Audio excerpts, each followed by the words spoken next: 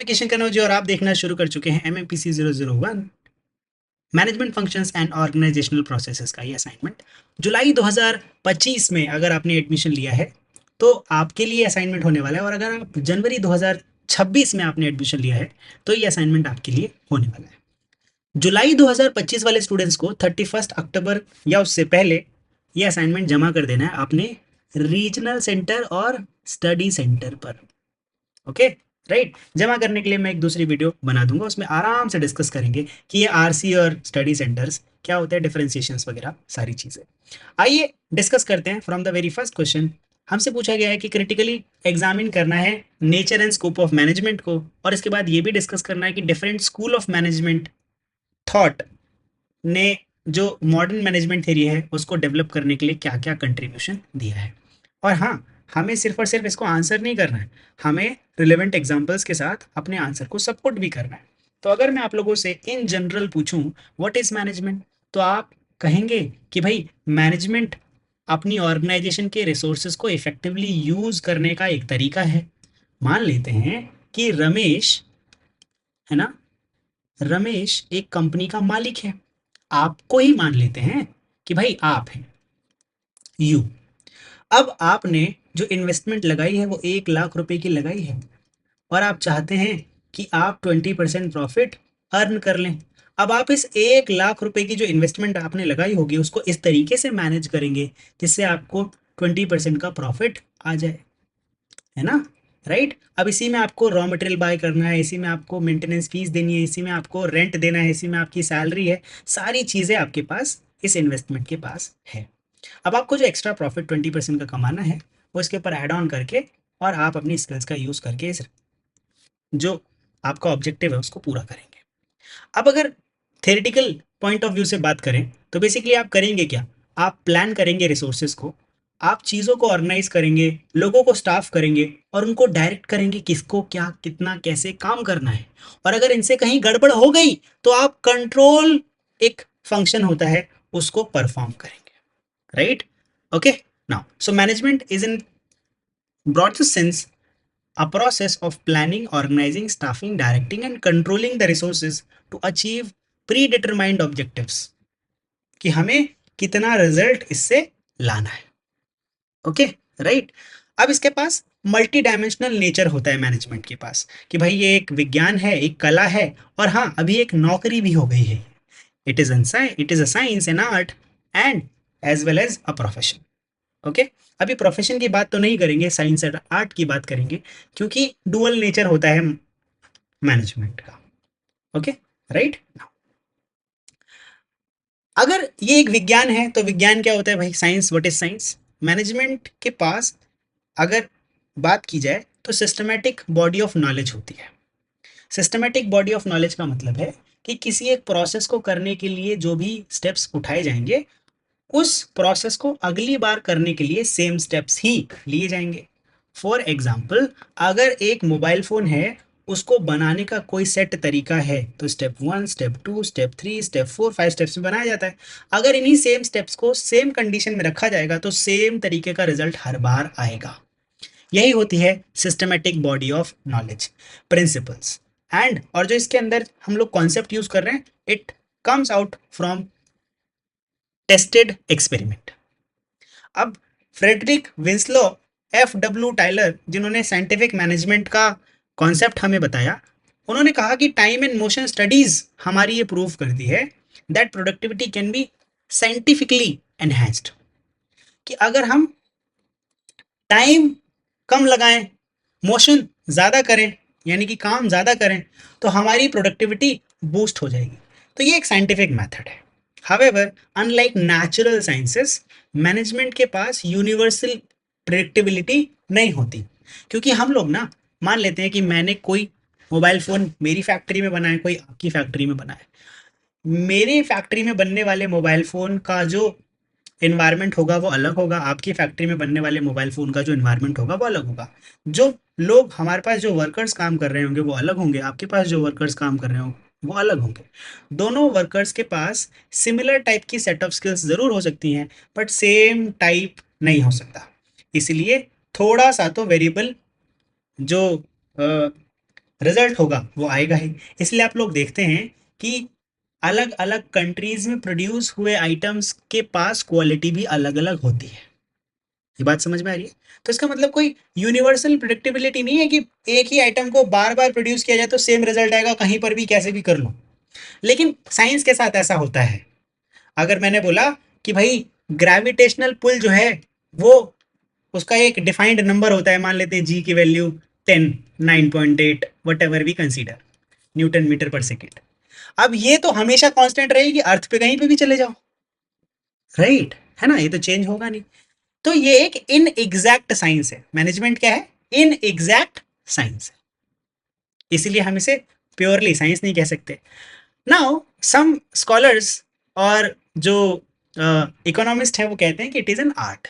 जैसे जॉर्ज टेरी बोलते हैं कि मैनेजमेंट का मतलब होता है कि आपको डिजायर्ड रिजल्ट लेकर आने हैं अपनी स्किल्स को अप्लाई करके। क्या लेकर आना है? Desired result through application of skills, right ना। तो अब कला का मतलब क्या हो गया कि भाई आपको अपनी स्किल का यूज करना है, तभी आप रिजल्ट लेकर आ रहे हो। ओके, यानी कि क्रिएटिविटी, जजमेंट और आपकी जो स्किल्स है कि आप लोगों के साथ कैसे डील करते हो, इससे आप इफेक्टिव मैनेजर बनते हैं। और आपको लोगों को मोटिवेट करना होता है, एम्पैथाइज करना होता है। तो this shows the art side of management.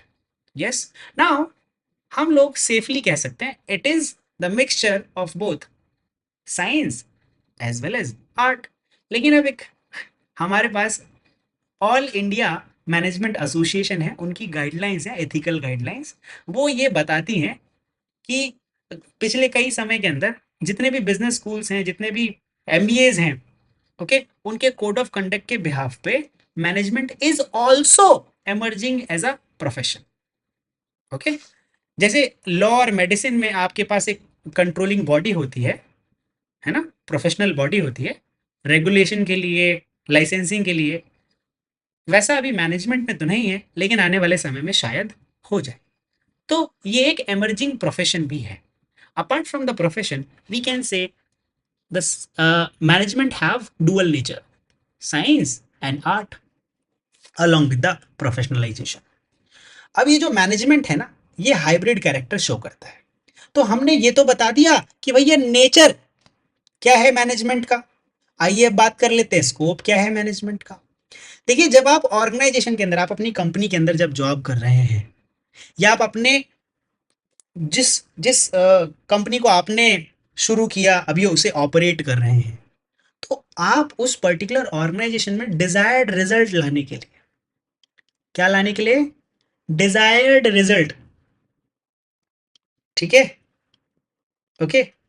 Organisation में डिजायर्ड रिजल्ट लाने के लिए आप बहुत सारे फंक्शंस परफॉर्म करते हैं, राइट? जैसे कि planning, organising, staffing, directing, controlling.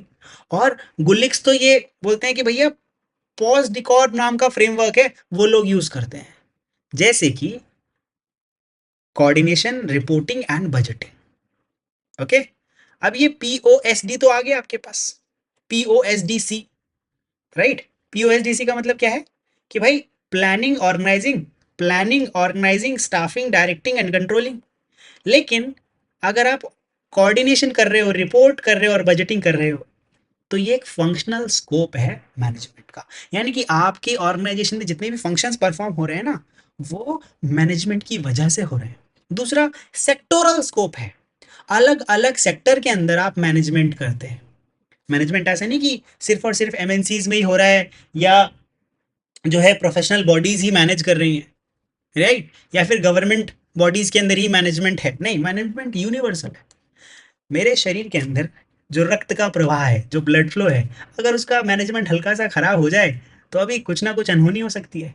इस पूरे यूनिवर्स में अगर आप नोटिस करेंगे, बहुत सारे तारे सितारे घूम रहे हैं, अगर उनमें से किसी का भी मैनेजमेंट मिस अलाइन हो जाए तो दुनिया में बहुत बड़ी तबाही आ सकती है। Yes sir, no, right? तो सब कुछ मैनेज हो रहा है, everything is being managed, right, है ना? जिस मोबाइल फोन से या जिस लैपटॉप से आप ये वीडियो देख रहे हैं, अगर उसके कंपोनेंट के अंदर जो इलेक्ट्रिक करंट फ्लो हो रहा है, रजिस्टर्स या किसी ट्रांजिस्टर के अंदर थोड़ा सा भी करंट इधर उधर फ्लक्चुएट हो जाए तो आपका पूरा मोबाइल फोन जो है वो फंक्शन करना बंद कर देगा। तो इसका मतलब है कि मैनेजमेंट जो है यूनिवर्सल है, राइट। हमारा मैनेजमेंट बिगड़ जाता है तो तबीयत खराब हो जाती है, मोबाइल का मैनेजमेंट बिगड़ जाता है तो मोबाइल खराब हो जाता है, राइट है ना। आपके दोस्तों के बीच में मैनेजमेंट खराब हो जाता है तो दोस्तों के बीच में खटास आ जाती है, थोड़ी नोक झोंक हो जाती है, राइट, यस और no. Now so it applies not only in business enterprise but also in government, NGO, hospital, military and educational institutions। इसका स्ट्रैटेजिक स्कोप भी है, क्योंकि आपको डिजायर्ड रिजल्ट लाने के लिए मैनेज करना होता है ना चीजों को, बार बार याद रखना। मैनेजमेंट किस लिए करते हैं? डिजायर्ड रिजल्ट लाने के लिए। मैनेजमेंट किस लिए करते हैं? डिजायर्ड रिजल्ट, जो आप चाहते हैं वैसा बनाने के लिए चीजों को मैनेज करते हैं। जैसे आपने इग्नू से एमबीए के लिए एडमिशन लिया, इग्नू से क्या किया, आपने एडमिशन लिया, राइट, ताकि आप एमबीए कंप्लीट कर लें, मास्टर्स कंप्लीट कर लें, ओके। अब आपके पास भले ही बजट जो था वो 50,000 रुपीज के अंडर था, तभी तो आपने यहाँ से एडमिशन लिया। 20 लाख रुपए का बजट होता तो आप किसी जो टॉप बी स्कूल है उससे आप एडमिशन लेते, राइट, है ना, यस और नो। अभी आप मैनेज कर रहे हैं ताकि आप डिजायर्ड रिजल्ट, जो आपका एमबीए का डिजायर्ड रिजल्ट है ना, ये आपको मिल जाए। अब इसके लिए आप ये असाइनमेंट की वीडियो देख रहे हैं ताकि आप अपना असाइनमेंट इफेक्टिवली लिख सकें, थोड़ा समय दे रहे हैं ताकि इस वीडियो को इफेक्टिवली सीख सकें। आखिर ये असाइनमेंट हमें सिखा क्या रहा है, यस और नो। तो अब आगे बात करते हैं, तो स्ट्रैटेजिक स्कोप क्या है मैनेजमेंट का। जो भी इन्वायरमेंट के अंदर चेंज आ रहा है, ग्लोबलाइजेशन हो रहा है, वर्कफोर्स डाइवर्सिटी आ रही है आपकी ऑर्गेनाइजेशन के अंदर, टेक्नोलॉजीज बदल रही है। कोविड-19 के अंदर हमने देखा कि रिमोट वर्क और डिजिटल ट्रांसफॉर्मेशन बहुत तेजी से आया, बहुत ज़्यादा तेजी से। पहले लोग डिजिटल क्लासेस लेने से भागते थे, अभी लोग डिजिटल क्लासेस को थोड़ा ज़्यादा फायदेमंद मानते हैं, क्योंकि आपको समय नहीं आप ज़्यादा देना पड़ता, कहीं से भी कैसे भी आप इसे रन कर सकते हैं, राइट, यस और no. Societal scope, modern management के अंदर एथिक्स, सस्टेनेबिलिटी, कॉर्पोरेट गवर्नेंस, ये सारी चीज़ें इन्वॉल्व होती है। तो कुछ फॉर्म्स हैं जैसे कि टाटा, ये मैनेजमेंट की रिस्पॉन्सिबिलिटी शो करती है सोसाइटल डेवलपमेंट के लिए, बियॉन्ड द प्रॉफिट मैक्सिमाइजेशन। किसी पैसा पैसा नहीं है सब कुछ, जो पैसा हमारे पास आया है उससे हमारे ही स्टेक होल्डर्स की मदद हो जाए, whether they are customers, employees और any professional in our organisation, okay. तो इसका मतलब है जो मैनेजमेंट का स्कोप है, it is both broad and dynamic. मतलब जो स्कोप है वो बार बार बदल भी रहा है और बहुत ज़्यादा बड़ा है। हम मैनेजमेंट को कहीं भी यूज़ कर सकते हैं, आप अपनी जॉब में यूज़ कर सकते हैं, अपने बिजनेस में यूज़ कर सकते हैं, अपनी लाइफ में यूज़ कर सकते हैं, अपने रिलेशन में यूज़ कर सकते हैं, कहीं पर भी आप कन्वर्सेशन में मैनेजमेंट का यूज़ कर सकते हैं। सही शब्दों को बोलेंगे तो सही रिजल्ट आपको मिलेगा। शब्दों का मैनेजमेंट मिसअलाइन हो जाएगा तो आपका रिजल्ट मिसअलाइन हो जाएगा, यस और no, right, are you guys getting it all now. अब हमने देखो पहला पार्ट तो कंप्लीट कर लिया। देखिए मैं इसी तरीके से चाहूँ तो आपको ये पूरा का पूरा असाइनमेंट समझाऊँ, पर क्योंकि ड्यूरेशन बहुत ज़्यादा बड़ी हो जाएगी तो मैं थोड़ा सा फास्ट पेस करने की कोशिश करूँगा ताकि आप जल्दी से जल्दी अपना असाइनमेंट भी लिख सकें। Now continue with the let's continue with the discuss how different school of management thought have contributed to the development of modern management thing. देखिए different school of management thought. देखिए क्लासिकल स्कूल के अंदर ना scientific management, administrative theory और bureaucracy आती है। Frederick Winslow Taylor, इन्होंने scientific management को जो है ज़्यादा उस पर एम्फसाइज किया कि लोगों को ना अपनी प्रोडक्टिविटी बढ़ाने के लिए साइंटिफिक मैनेजमेंट का यूज़ करना चाहिए। इनका एक पिग आयरन एक्सपेरिमेंट था जिसने प्रूव किया कि efficiency could be scientifically determined. हम ज़्यादा से ज़्यादा एफिशिएंट रिजल्ट लेकर आ सकते हैं कम एफर्ट्स के साथ भी, ओके। आज की जो मॉडर्न लीन मैन्युफैक्चरिंग है ना, वो सिक्स सिग्मा का यूज करती है, और इस सिक्स सिग्मा पता है किसका दिया हुआ है? फ्रेडरिक विंसलो टाइलर का। सिक्स सिग्मा नाम का सर्टिफिकेट करते हैं, कोर्स करते हैं, आपके ऑर्गेनाइजेशन के अंदर ट्रेनिंग्स होती होंगी, but it was given by Frederick Winslow Taylor in his factory where he was experimenting for very long time कि कैसे प्रोडक्टिविटी साइंटिफिक मेथड्स का यूज करके बढ़ाई जाए। फिर बात आई हेनरी फेयोल, है ना, right, father of modern management, okay. He identified universal principle such as unity of command, scalar chain and equity। ये जो principles इन्होंने जो दिए वो आज की ऑर्गेनाइजेशनल डिज़ाइन के अंदर यूज़ किए जाते हैं कि जो भी इंफॉर्मेशन दी जाए ना, वो सब तक चेन वाइज पहुंचे, राइट, है ना, राइट, स्केलर चेन हो एक बेसिकली, यूनिटी ऑफ कमांड हो। मान लेते हैं कि मुझे हमारी ऑर्गेनाइजेशन में 10% का ज़्यादा प्रॉफिट चाहिए, तो हर एक व्यक्ति 10% के ज़्यादा प्रॉफिट के लिए काम करे, यानी कि यूनिटी ऑफ कमांड आ जाए। Okay, right. तो बहुत सारी मल्टीनेशनल फर्म्स जैसे कि इन्फोसिस, वो अपने ऑर्गेनाइजेशन के अंदर फियोल्स का एडमिनिस्ट्रेटिव इनसाइट ऐड करते हैं। मैक्स वीबर, इन्होंने पहली बार ब्यूरोक्रेसी को इंट्रोड्यूस किया। स्ट्रेसिंग फॉर्मल रूल्स, इन्होंने कहा कि भाई फॉर्मल रूल्स होने चाहिए, जैसे कि आप एसओपी वगैरह देखते हैं ना, स्टैंडर्ड ऑपरेटिंग प्रोसीजर्स, वो मैक्स वीवर के थ्रू दिए गए कि ऐसे ऐसे आपको काम करना चाहिए, मेरिट बेस्ड सिलेक्शन होगा।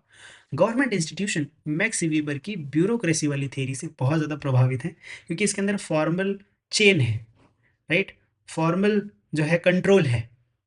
ओके ना, तो बहुत सारी गवर्नमेंट इंस्टीट्यूशन और बैंक वेबेरियन फ्रेमवर्क के ऊपर बेस्ड होती है। Now let's move, while efficiency and order were emphasised, critics argue this theory ignored human emotions। तो उसके बाद अगले स्कूल ऑफ मैन थॉट आया भाई, इन्होंने कहा कि ह्यूमन रिलेशंस पे हमें ज़्यादा फोकस करना चाहिए। नेक्स्ट थॉट हमारे पास जो आई, पहले क्लासिकल स्कूल थी, उसने बोला कि भाई हमें तो प्रोडक्शन से मतलब है, ज़्यादा ज़्यादा प्रोडक्शन होना चाहिए, क्योंकि ये बात है सन 1800 के आसपास की, तब से लेकर 1900 तक ये चले गए। लेकिन 90s के बाद ह्यूमन रिलेशन के ऊपर थोड़ी ज़्यादा बात होने लगी कि हम लोगों को ना मशीनों की तरह इस्तेमाल करने लगे, तो वहां बात आ गई बिहेवियरल अप्रोच की। एल्टन मायोज का हाउथरन एक्सपेरिमेंट्स, इन्होंने बात की कि हमें ना सोशल फैक्टर के ऊपर ज़्यादा एम्फेसिस डालना चाहिए, मोरल लोगों को सिखाना चाहिए, ग्रुप नॉर्म्स ऐड करने चाहिए प्रोडक्टिविटी के अंदर। अगर ये सारी चीज़ें ऐड करेंगे तो हमारी प्रोडक्टिविटी ज़्यादा अच्छी हो जाएगी। तो मैकेनिस्टिक से ह्यूमन साइड की तरफ लेकर गए। मैक ग्रीगर, इनकी थेरी एक्स और वाई आज भी बहुत सारी ऑर्गेनाइजेशन की ट्रेनिंग्स के अंदर बार बार थेरी एक्स थेरी वाई को जो है उसके ऊपर एम्फसाइज किया जाता है। थेरी एक्स थेरी वाई, एक मैं अच्छा मैनेजर, एक खराब मैनेजर, ओके, राइट, एक सपोर्टिव मैनेजर, एक नॉन सपोर्टिव, मतलब बहुत सारी डिफरेंशिएशन है गाइस, मैं तो बहुत बेसिक सी बात कर रहा हूँ।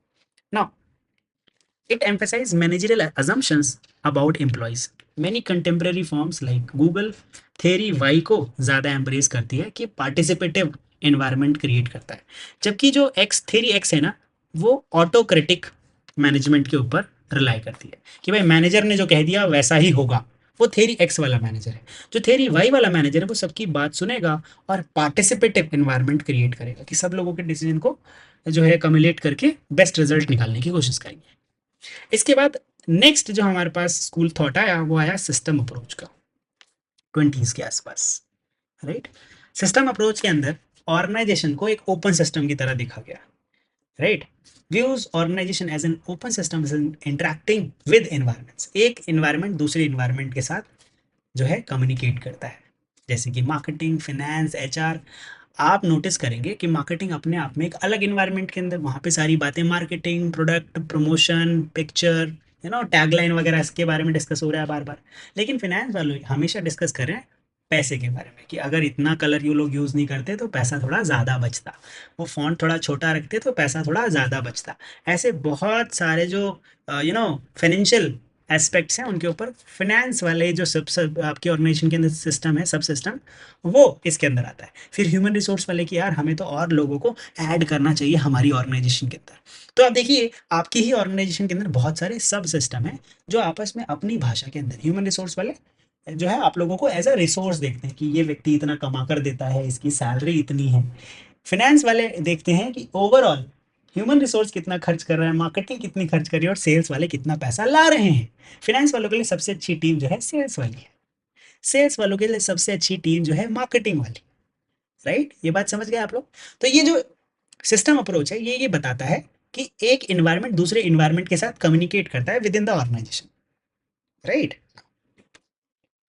नेक्स्ट इज कंटीजेंसी अप्रोच, जिसे आज हम लोग अप्लाई करते हैं। ये कहता है कि there is no best way to manage, कोई ऐसा तरीका नहीं है कि मैंने अप्लाई कर दिया आप कॉपी पेस्ट कर दो तो आप भी सक्सीड हो जाओगे। नहीं नहीं, सुनिए सुनिए, मैं ये कहना चाह रहा हूँ कि अगर आपकी आज एक ऑर्गेनाइजेशन ओपन करते हैं जो बुक सेल करती है, क्या सेल करती है, बुक्स, फिजिकल बुक्स सेल करते हैं अगर आप, तो क्या आप अमेज़न का जो स्ट्रैटेजी है, अगर आप उसे कॉपी पेस्ट कर देंगे तो क्या चलेगा? ज़रूरी नहीं कि पहले जैसी कंडीशन आज भी हो, पहले जैसा कस्टमर सेट आज भी हो, पहले जैसी कंज्यूमर सेगमेंटेशन आज भी हो, और जो बिहेवियरल एस्पेक्ट्स हैं वो आज भी हो। ये हमेशा चेंज होते रहते हैं, इसीलिए कंटीजेंसी अप्रोच ये कहती है कि कोई ऐसा तरीका नहीं है, सिंगल तरीका नहीं है कि आप जिसको अप्लाई कर दो और वो सक्सेसफुल हो जाएगा। ऐसा सिर्फ और सिर्फ साइंटिफिक मेथड में होता है, और ये सिर्फ प्रोडक्शन के लिए होता है, लेकिन मैनेजमेंट के लिए नहीं हो सकता। जैसे स्टार्टअप्स जो है वो फ्लेक्सिबल फ्लैट स्ट्रक्चर, राइट, इस तरीके का मैनेजमेंट अप्रोच अपनाते हैं, लेकिन जो डिफेंस ऑर्गेनाइजेशंस हैं वो स्ट्रिक्ट हायरार्कीज को यूज करती हैं। While pragmatic, identifying all relevant contingencies is complex. Relevant contingencies का मतलब है ऐसी वो सारी चीज़ें जिनसे हमें नुकसान हो सकता है, हमें इन सारी चीज़ों को आइडेंटिफाई करना चाहिए, और इसको आइडेंटिफाई करने भी बहुत मुश्किल है, right? Okay, now next is contemporary approach. Peter trucker ये एम्फसाइज करते हैं कि मैनेजमेंट बाय ऑब्जेक्टिव्स करना चाहिए। जैसा आपका ऑब्जेक्टिव हो वैसे आप मैनेज करने लग जाओ। आपका ऑब्जेक्टिव है पैसा कमाना, तो उसके बिहाफ पे मैनेज करो। आपका ऑब्जेक्टिव है लोगों को क्वालिटी प्रोडक्ट देना, तो आप वैसे जो है अपने आप को मैनेज करते चले जाओ। तो ऑर्गेनाइजेशन के अंदर ऑर्गेनाइजेशनल और इंडिविजुअल गोल को बैलेंस रखना है, तो बार बार आप मैनेजमेंट बाय ऑब्जेक्टिव करो और आपका प्रॉब्लम सॉल्व हो जाएगा। ठीक है, राइट? सी के प्रहलाद और गैरी हैमिल ने जो कॉम्पिटेंसीज हैं उनको हाईलाइट किया as the basis of competitive advantage, कि आपकी जो कॉम्पिटेंसी है ना, वो आप कहीं से सोर्स मत करो। बस क्या करो, जैसे मान लेते हैं, सुनो सुनो सुनो, ये जो सी के प्रहलाद और गैरी हैमिल है ना, इन्होंने बहुत ही पिन पॉइंट थेरी ध्यान से दी है। ये बात समझिए आप। जैसे आप लोग बोलते हैं कि हम लोग क्या करेंगे ना, जोमेटो जैसा एक फूड स्टार्टअप ओपन कर लेते हैं, बहुत सारे राइडर्स को हायर करेंगे, रेस्टोरों के पास कांटेक्ट कर लेंगे, उनको व्हाट्सएप करेंगे कि हमारा ये ऑर्डर आ गया, और धीरे धीरे सिस्टम बिल्ड हो जाएगा। लेकिन आपकी कोर कंपिटेंसी क्या है? Order delivery. क्या है? Order delivery. अगर आप इसी को ही आउटसोर्स कर लेंगे तो अब आपकी ऑर्गेनाइजेशन में ज़्यादा जान बची नहीं है। मान लेते हैं कि जैसे मैं पीडब्ल्यू की बात करूं, आप देखते हैं कोई भी जो एजुकेशनल स्टार्टअप है वो बहुत ज़्यादा सक्सेसफुल नहीं हो पाता। जैसे हमारे पास बायजूस का एग्जाम्पल आया, राइट, है ना? पीडब्ल्यू का एग्जाम्पल आया। अभी बहुत सारे जो है स्टार्टअप्स एजुकेशन के अंदर फेल हुए हैं। रीज़न इनकी जो कोर कंपिटेंसी है टीचिंग, वो होता यह है कि टीचर्स को पोच कर लिया जाता है, एक ऑर्गेनाइजेशन दूसरे टीचर को पोच कर लेती है, तो यही तो कोर कंपिटेंसी है। कोर कंपिटेंसी ही यही है। टीचर की वजह से ही तो लोग पीडब्ल्यू में जा रहे हैं, बायजूस में जा रहे थे। अब वो टीचर पीडब्ल्यू छोड़कर बायजूस चला जाए तो बच्चे भी कहां चले जाएंगे? बायजूस। क्योंकि कोर कंपिटेंसी पीडब्ल्यू नहीं है, टीचर है टीचर। अब उसको हायर करना ही आपकी कोर कंपिटेंसी है। अगर ये सारे टीचर्स किसी तरीके से आपके पास रहेंगे तो आपका बिजनेस कभी भी फेल नहीं होगा। ओके, जैसे एप्पल क्या करता है, अपनी डिजाइन और इनोवेशन, उसके पास जो कोर कंपिटेंसी है वो है आईओएस। ठीक है, इन्होंने खुद का अपना इन्वायरमेंट बनाया है एप्पल सॉफ्टवेयर का, मैक ओएस का, आईओएस का, आईफोन ऑपरेटिंग सिस्टम और मैकबुक ऑपरेटिंग सिस्टम। तो ये इनकी कोर कंपिटेंसी है, कभी किसी को देंगे ही नहीं तो कभी कंपटीशन आएगा ही नहीं। समझ गए बात? पीटर सेंज कहते हैं कि भैया, the concept of learning organization where firms continuously adapt and innovate relevant in today's knowledge economy. मतलब जो पीटर सेंज है वो कहते हैं कि आपको लगातार क्या करना चाहिए? इनोवेट करना चाहिए, चीज़ों को सीखना चाहिए, तभी आप मार्केट के अंदर लगातार बने रहेंगे। Okay, now so lastly what we can say is, देखिए इस सारी चीज़ों से हमने बहुत सारी चीज़ें सीखी।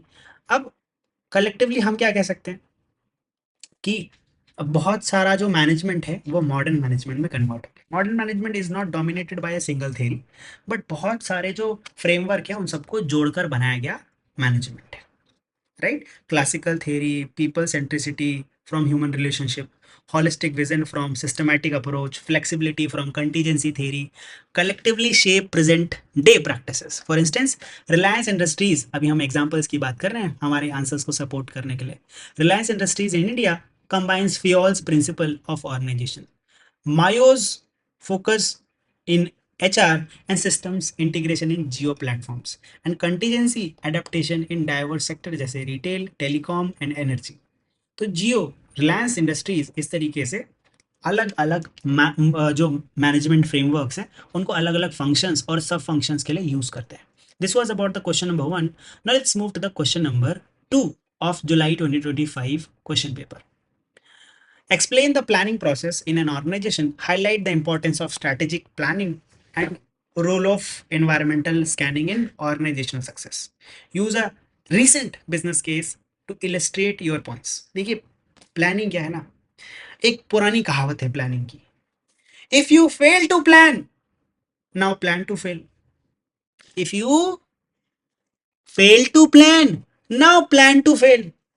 अगर आपने पहले प्लान नहीं किया ना फेल होने के लिए कि फेल हो जाएंगे, तो उससे बचने के लिए क्या करना चाहिए, तो अब आप इस बात की प्लानिंग कर लीजिए कि आप फेल ही हो जाएंगे.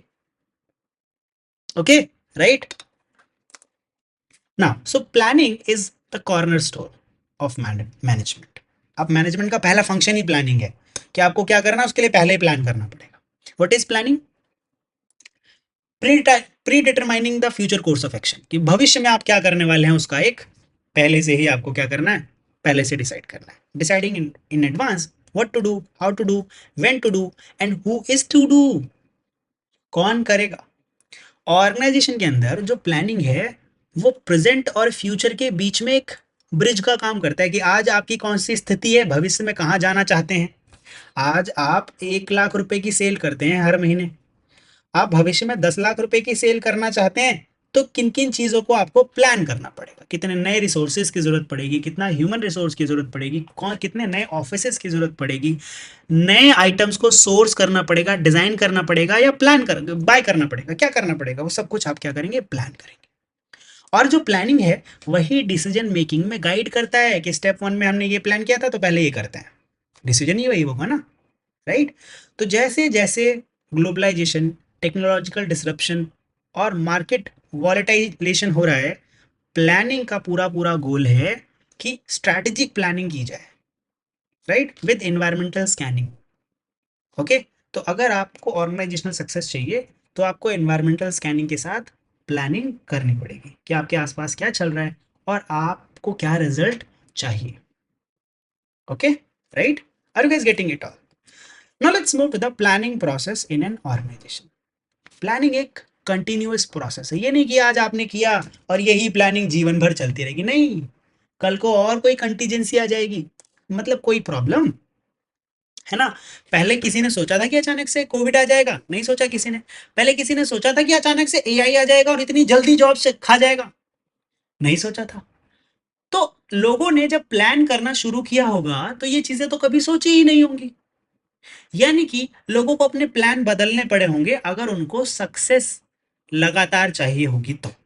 इसका मतलब ये है कि planning is a continuous process. Okay, और सिस्टमेटिक प्रोसेस है, आपको हमेशा स्टेप बाय स्टेप प्लान करना पड़ेगा. तो पहले क्या करना पड़ता है, प्लानिंग का सबसे पहला फंडा ये है कि आपको चाहिए क्या, आपके ऑब्जेक्टिव्स क्या है, विजन और मिशन क्या है. फॉर एग्जांपल टाटा मोटर का ऑब्जेक्टिव है कि ट्रांजिशनिंग टुवर्ड्स इलेक्ट्रिक मोबिलिटी. अभी जो आप पेट्रोल डीजल देख रहे थे ना, कन्वेंशनल फ्यूल से हम लोग इलेक्ट्रिक कार्स की तरफ चले जाएं, लिथियम आयन की तरफ चले जाएं, गैलियम की तरफ चले जाएं, राइट. ओके, इनकी तरफ हम लोग चले जाएं. Next is environmental scanning. आपका ऑब्जेक्टिव क्लियर हो गया, अब आप फोरकास्ट करो कि अच्छा ठीक है कैसे जाएंगे. ओके, तो मैनेजर्स को इंटरनल कैपेबिलिटी और एक्सटर्नल अपॉर्चुनिटीज दोनों पता होनी चाहिए. आप कितना कर सकते हैं और बाहर कितनी अपॉर्चुनिटीज हैं. This includes economic trend, competitor strategies, technological developments and regulatory changes. This step ensures that the plans are realistic and adaptive. Developing premises. Planning premises are assumptions. कि अगर मान लेते हैं भविष्य में कुछ गड़बड़ हो गई तो, कंज्यूमर डिमांड कम हो गई तो, पॉलिसी स्टेबल नहीं रही तब। Accurate premises reduce risk and decision making. Okay, फिर अब आपको क्या करना है, बहुत सारे अल्टरनेटिव्स को आइडेंटिफाई करना है कि अगर मुझे यही ऑब्जेक्टिव अचीव करना है तो मैं कैसे कैसे कर सकता हूँ। पहला तो एक नई कंपनी ही खोल दूँ, दूसरा अपनी पुरानी व्हीकल को धीरे धीरे उनकी जो सेल्स है वो कम करूँ, प्रोडक्शन कम करूँ और इसकी प्रोडक्शन धीरे धीरे बढ़ा दूँ, दूसरा तरीका ये है। तीसरा तरीका ये है कि हम क्या करें, जो ऑलरेडी कोई कंपनी बना रही है उसको एक्वायर कर लें। ऐसे बहुत सारे मल्टीपल अल्टरनेटिव्स आपके पास हो सकते हैं इलेक्ट्रिक जाने के लिए। आप इसमें से कौन सा चूज करेंगे, ये अगला स्टेप है आपका। ठीक है, मोस्ट फिजिबल अल्टरनेटिव आप सिलेक्ट करेंगे, अपनी कॉस्ट को देखते हुए, फायदे को देखते हुए, नुकसान को देखते हुए, डिसीजन मेकिंग टूल्स का यूज करेंगे, कॉस्ट बेनिफिट एनालिसिस करेंगे और जो मैनेजर्स हैं वो असिस्ट करेंगे कि कौन सा डिसीजन लेना चाहिए। Next, formulating supporting plans. अब आप सपोर्टिंग प्लान भी बनाएंगे कि अगर ये प्लान खराब हो गया तब प्लान बी क्या होगा, प्लान बी फेल हो गया तो सी क्या होगा, सी फेल हो गया तो डी क्या होगा। राइट, ऐसा नहीं कि हमेशा हम प्लान बी और सी रखते हैं, बट वी हम लोगों को इतना रिजिड होना चाहिए कि अचानक से हमारे पास कुछ भी प्रॉब्लम आ जाए तो हम उसे सॉल्व कर सके। यहीं पर मैं आपकी प्रॉब्लम को सॉल्व करने के लिए बात करना चाहूंगा हमारे ट्यूशन क्लासेस की। अगर आप MBA Indira Gandhi national open university से कर रहे हैं और आपने कोई प्राइवेट यूनिवर्सिटी नहीं चूज की है, तो क्योंकि प्राइवेट यूनिवर्सिटीज आपको पढ़ाती हैं, आपकी स्किल्स को बूस्ट करती हैं, तो आपने नोटिस किया होगा अभी एक दो क्वेश्चन के अंदर ही आपको पता लग गया होगा कि थोड़ा बहुत तो आपको सीखने के लिए मिलेगा ही। आपके पास 700 दिन है, 700 डेज। आप क्या इसे ऐसे ही जाने देंगे? 28 बुक्स हैं। अगर आप ईमानदारी से मैं बता रहा हूँ, आपने सिर्फ दो दो यूनिट भी पढ़ाना हर एक बुक का, तो आपने पैसा वसूल लिया। ठीक है, मुझे पता है कि आपकी एज ज़्यादा है, आपको लगता है कि मैं आप ट्यूशन कैसे लूँगा, मैं सीखूंगा कैसे। बिल्कुल चिंता मत कीजिए, हम लोग जज नहीं करते हैं। राइट, और आप इन्वायरमेंट ही ऐसा है, मज़ा ही आएगा आपको, हमेशा ही मज़ा आता है। और हाँ, आप अगर कोई ऑर्गेनाइजेशन है या आप कोई ऑर्गेनाइजेशन रन करते हैं तो भी आपके फ़ायदे की बात है, और अगर आप कोई स्टूडेंट हैं तो भी आपके फ़ायदे की बात है, और अगर आप कोई सेल्फ एम्प्लॉयड हैं, फ्रीलांसर हैं, तो भी आपके लिए फ़ायदे की बात है। फ़ायदे की बात इसलिए है कि आप सब मिलकर एक कम्युनिटी में जुड़ सकते हैं और इस कम्युनिटी में एक दूसरे की हेल्प कर सकते हैं। अभी मैं बहुत छोटा हूँ इस बिज़नेस की स्तर पर, लेकिन अगर आप सभी लोग एक साथ आएंगे तो जितनी भी ऑर्गेनाइजेशंस हैं वो इन स्टूडेंट्स को एम्प्लॉय कर सकेंगे, जितने फ्रीलांसर्स हैं उनको इन ऑर्गेनाइजेशन से जॉब मिल जाएगी, ऑर्गेनाइजेशन को बिना किसी एक्सटर्नल खर्चे के एम्प्लॉयज़ मिल जाएंगे। राइट, ओके, और बिना किसी एक्सटर्नल खर्चे के उनका काम करने के लिए फ्रीलांसर्स मिल जाएंगे। राइट, तो इसी कम्युनिटी में जुड़ने के लिए बहुत कम फीस है, आप हमें कांटेक्ट कर सकते हैं। मेरा नंबर कहाँ है, ये रहा, 8284 टाइम 7 1 मेरा नाम है किशन कनौजिया। किसका कनौजिया? अरे किशन कनौजिया भाई। ठीक है, राइट। और अगर आप अपनी ऑर्गेनाइजेशन के अंदर कॉर्पोरेट ट्रेनिंग करवाना चाहते हैं तो भी आप कांटेक्ट कर सकते हैं। वो तो मैं तो बस ऐसे ही प्रमोशन तो थोड़ा बहुत कर लेना चाहिए ना। चलिए आइए बात करते हैं गाइस आगे। ओके, नाउ, तो हम कहाँ थे भाई? हम अपने सपोर्टिंग प्लान बना रहे थे, प्लान बी, प्लान ए, जो भी है। Major plans are broken down into departmental or functional plans. If the main plan is market expansion, तो सपोर्टिंग प्लान क्या होना चाहिए? एडवर्टाइजिंग स्ट्रैटेजीज, कि मार्केट में जब हम ज्यादा जगह बनाने के लिए चले जाएंगे तो ज्यादा जगह कैसे? हमने 4 दुकानें खोल दी तो 4 दुकानों के जितने कस्टमर थोड़ी आ जाएंगे, उतना प्रचार भी करना पड़ेगा, तो ये हमारा सपोर्टिंग प्लान हो गया। मैं माफ़ी चाहूँगा, ये सपोर्टिंग प्लान था, मैं थोड़ी देर पहले आपको बैकअप प्लान बता रहा था, माफ़ी चाहूँगा उसके लिए। तो सपोर्टिंग प्लान आपके मेन प्लान को सपोर्ट करने वाले बाकी प्लान्स को हम लोग सपोर्टिंग प्लान कहते हैं। ह्यूमन रिसोर्स ट्रेनिंग करनी पड़ेगी जितने नए ऑर्गेनाइजेशन आप ओपन करेंगे, फाइनेंशियल एलोकेशन करनी पड़ेगी। अब ये सब कर भी लिया है तो चलिए इसी प्लान को इम्प्लीमेंट कर देते हैं, मजा बहुत आएगा दोस्तों। ठीक है, execution requires coordination, delegation and motivation. किसी भी काम को करने के लिए क्या काम कितना कैसे करना है ये सब बताना पड़ेगा ना, लोगों को अथॉरिटीज डेलीगेट करनी पड़ेंगी और मोटिवेट करना पड़ेगा पैसा देके, रिवॉर्ड्स देके, ट्रॉफी बांटकर। ठीक है, तभी तो आपका प्लान जल्दी जल्दी एग्जीक्यूट होगा। क्योंकि नॉर्मल सैलरी में तो लोग ज़्यादा मज़ेदार काम नहीं करते हैं, क्योंकि आप भी, अगर आपको कोई सिर्फ नॉर्मल स्टेबल इनकम आती है तो बहुत ज़्यादा मोटिवेट होकर काम नहीं करते, स्टेबल ही काम करते। एक्स्ट्रा काम करना है तो एक्स्ट्रा पे चाहिए, इसी के लिए हम लोग मोटिवेशन का यूज़ करते हैं। Next is monitoring and reviewing plans. आपको जो भी आपका मेन प्लान है, जो ऑब्जेक्टिव है, उसको आपको लगातार, आपको ऐसा नहीं करना है कि आप मेन ट्रैक से भटक गए। अगर ऐसा हुआ तो गड़बड़ ज़्यादा हो जाएगी। कंटिन्यूअसली आपको इवेल्युएट करना है, और जो डेविएशंस आ रही हैं उनको क्या करना है, करेक्ट करते चले जाना है। फीडबैक लूप आपको बनाना है, जिससे आपकी प्लानिंग डायनेमिक हो सके और आपकी ऑनगोइंग प्रोसेस के अंदर थोड़े बहुत चेंजेस और कंट्रोल लेकर आ सके। This is all about the planning process in an organisation. तो planning is what, if you fail to plan, now you plan to fail.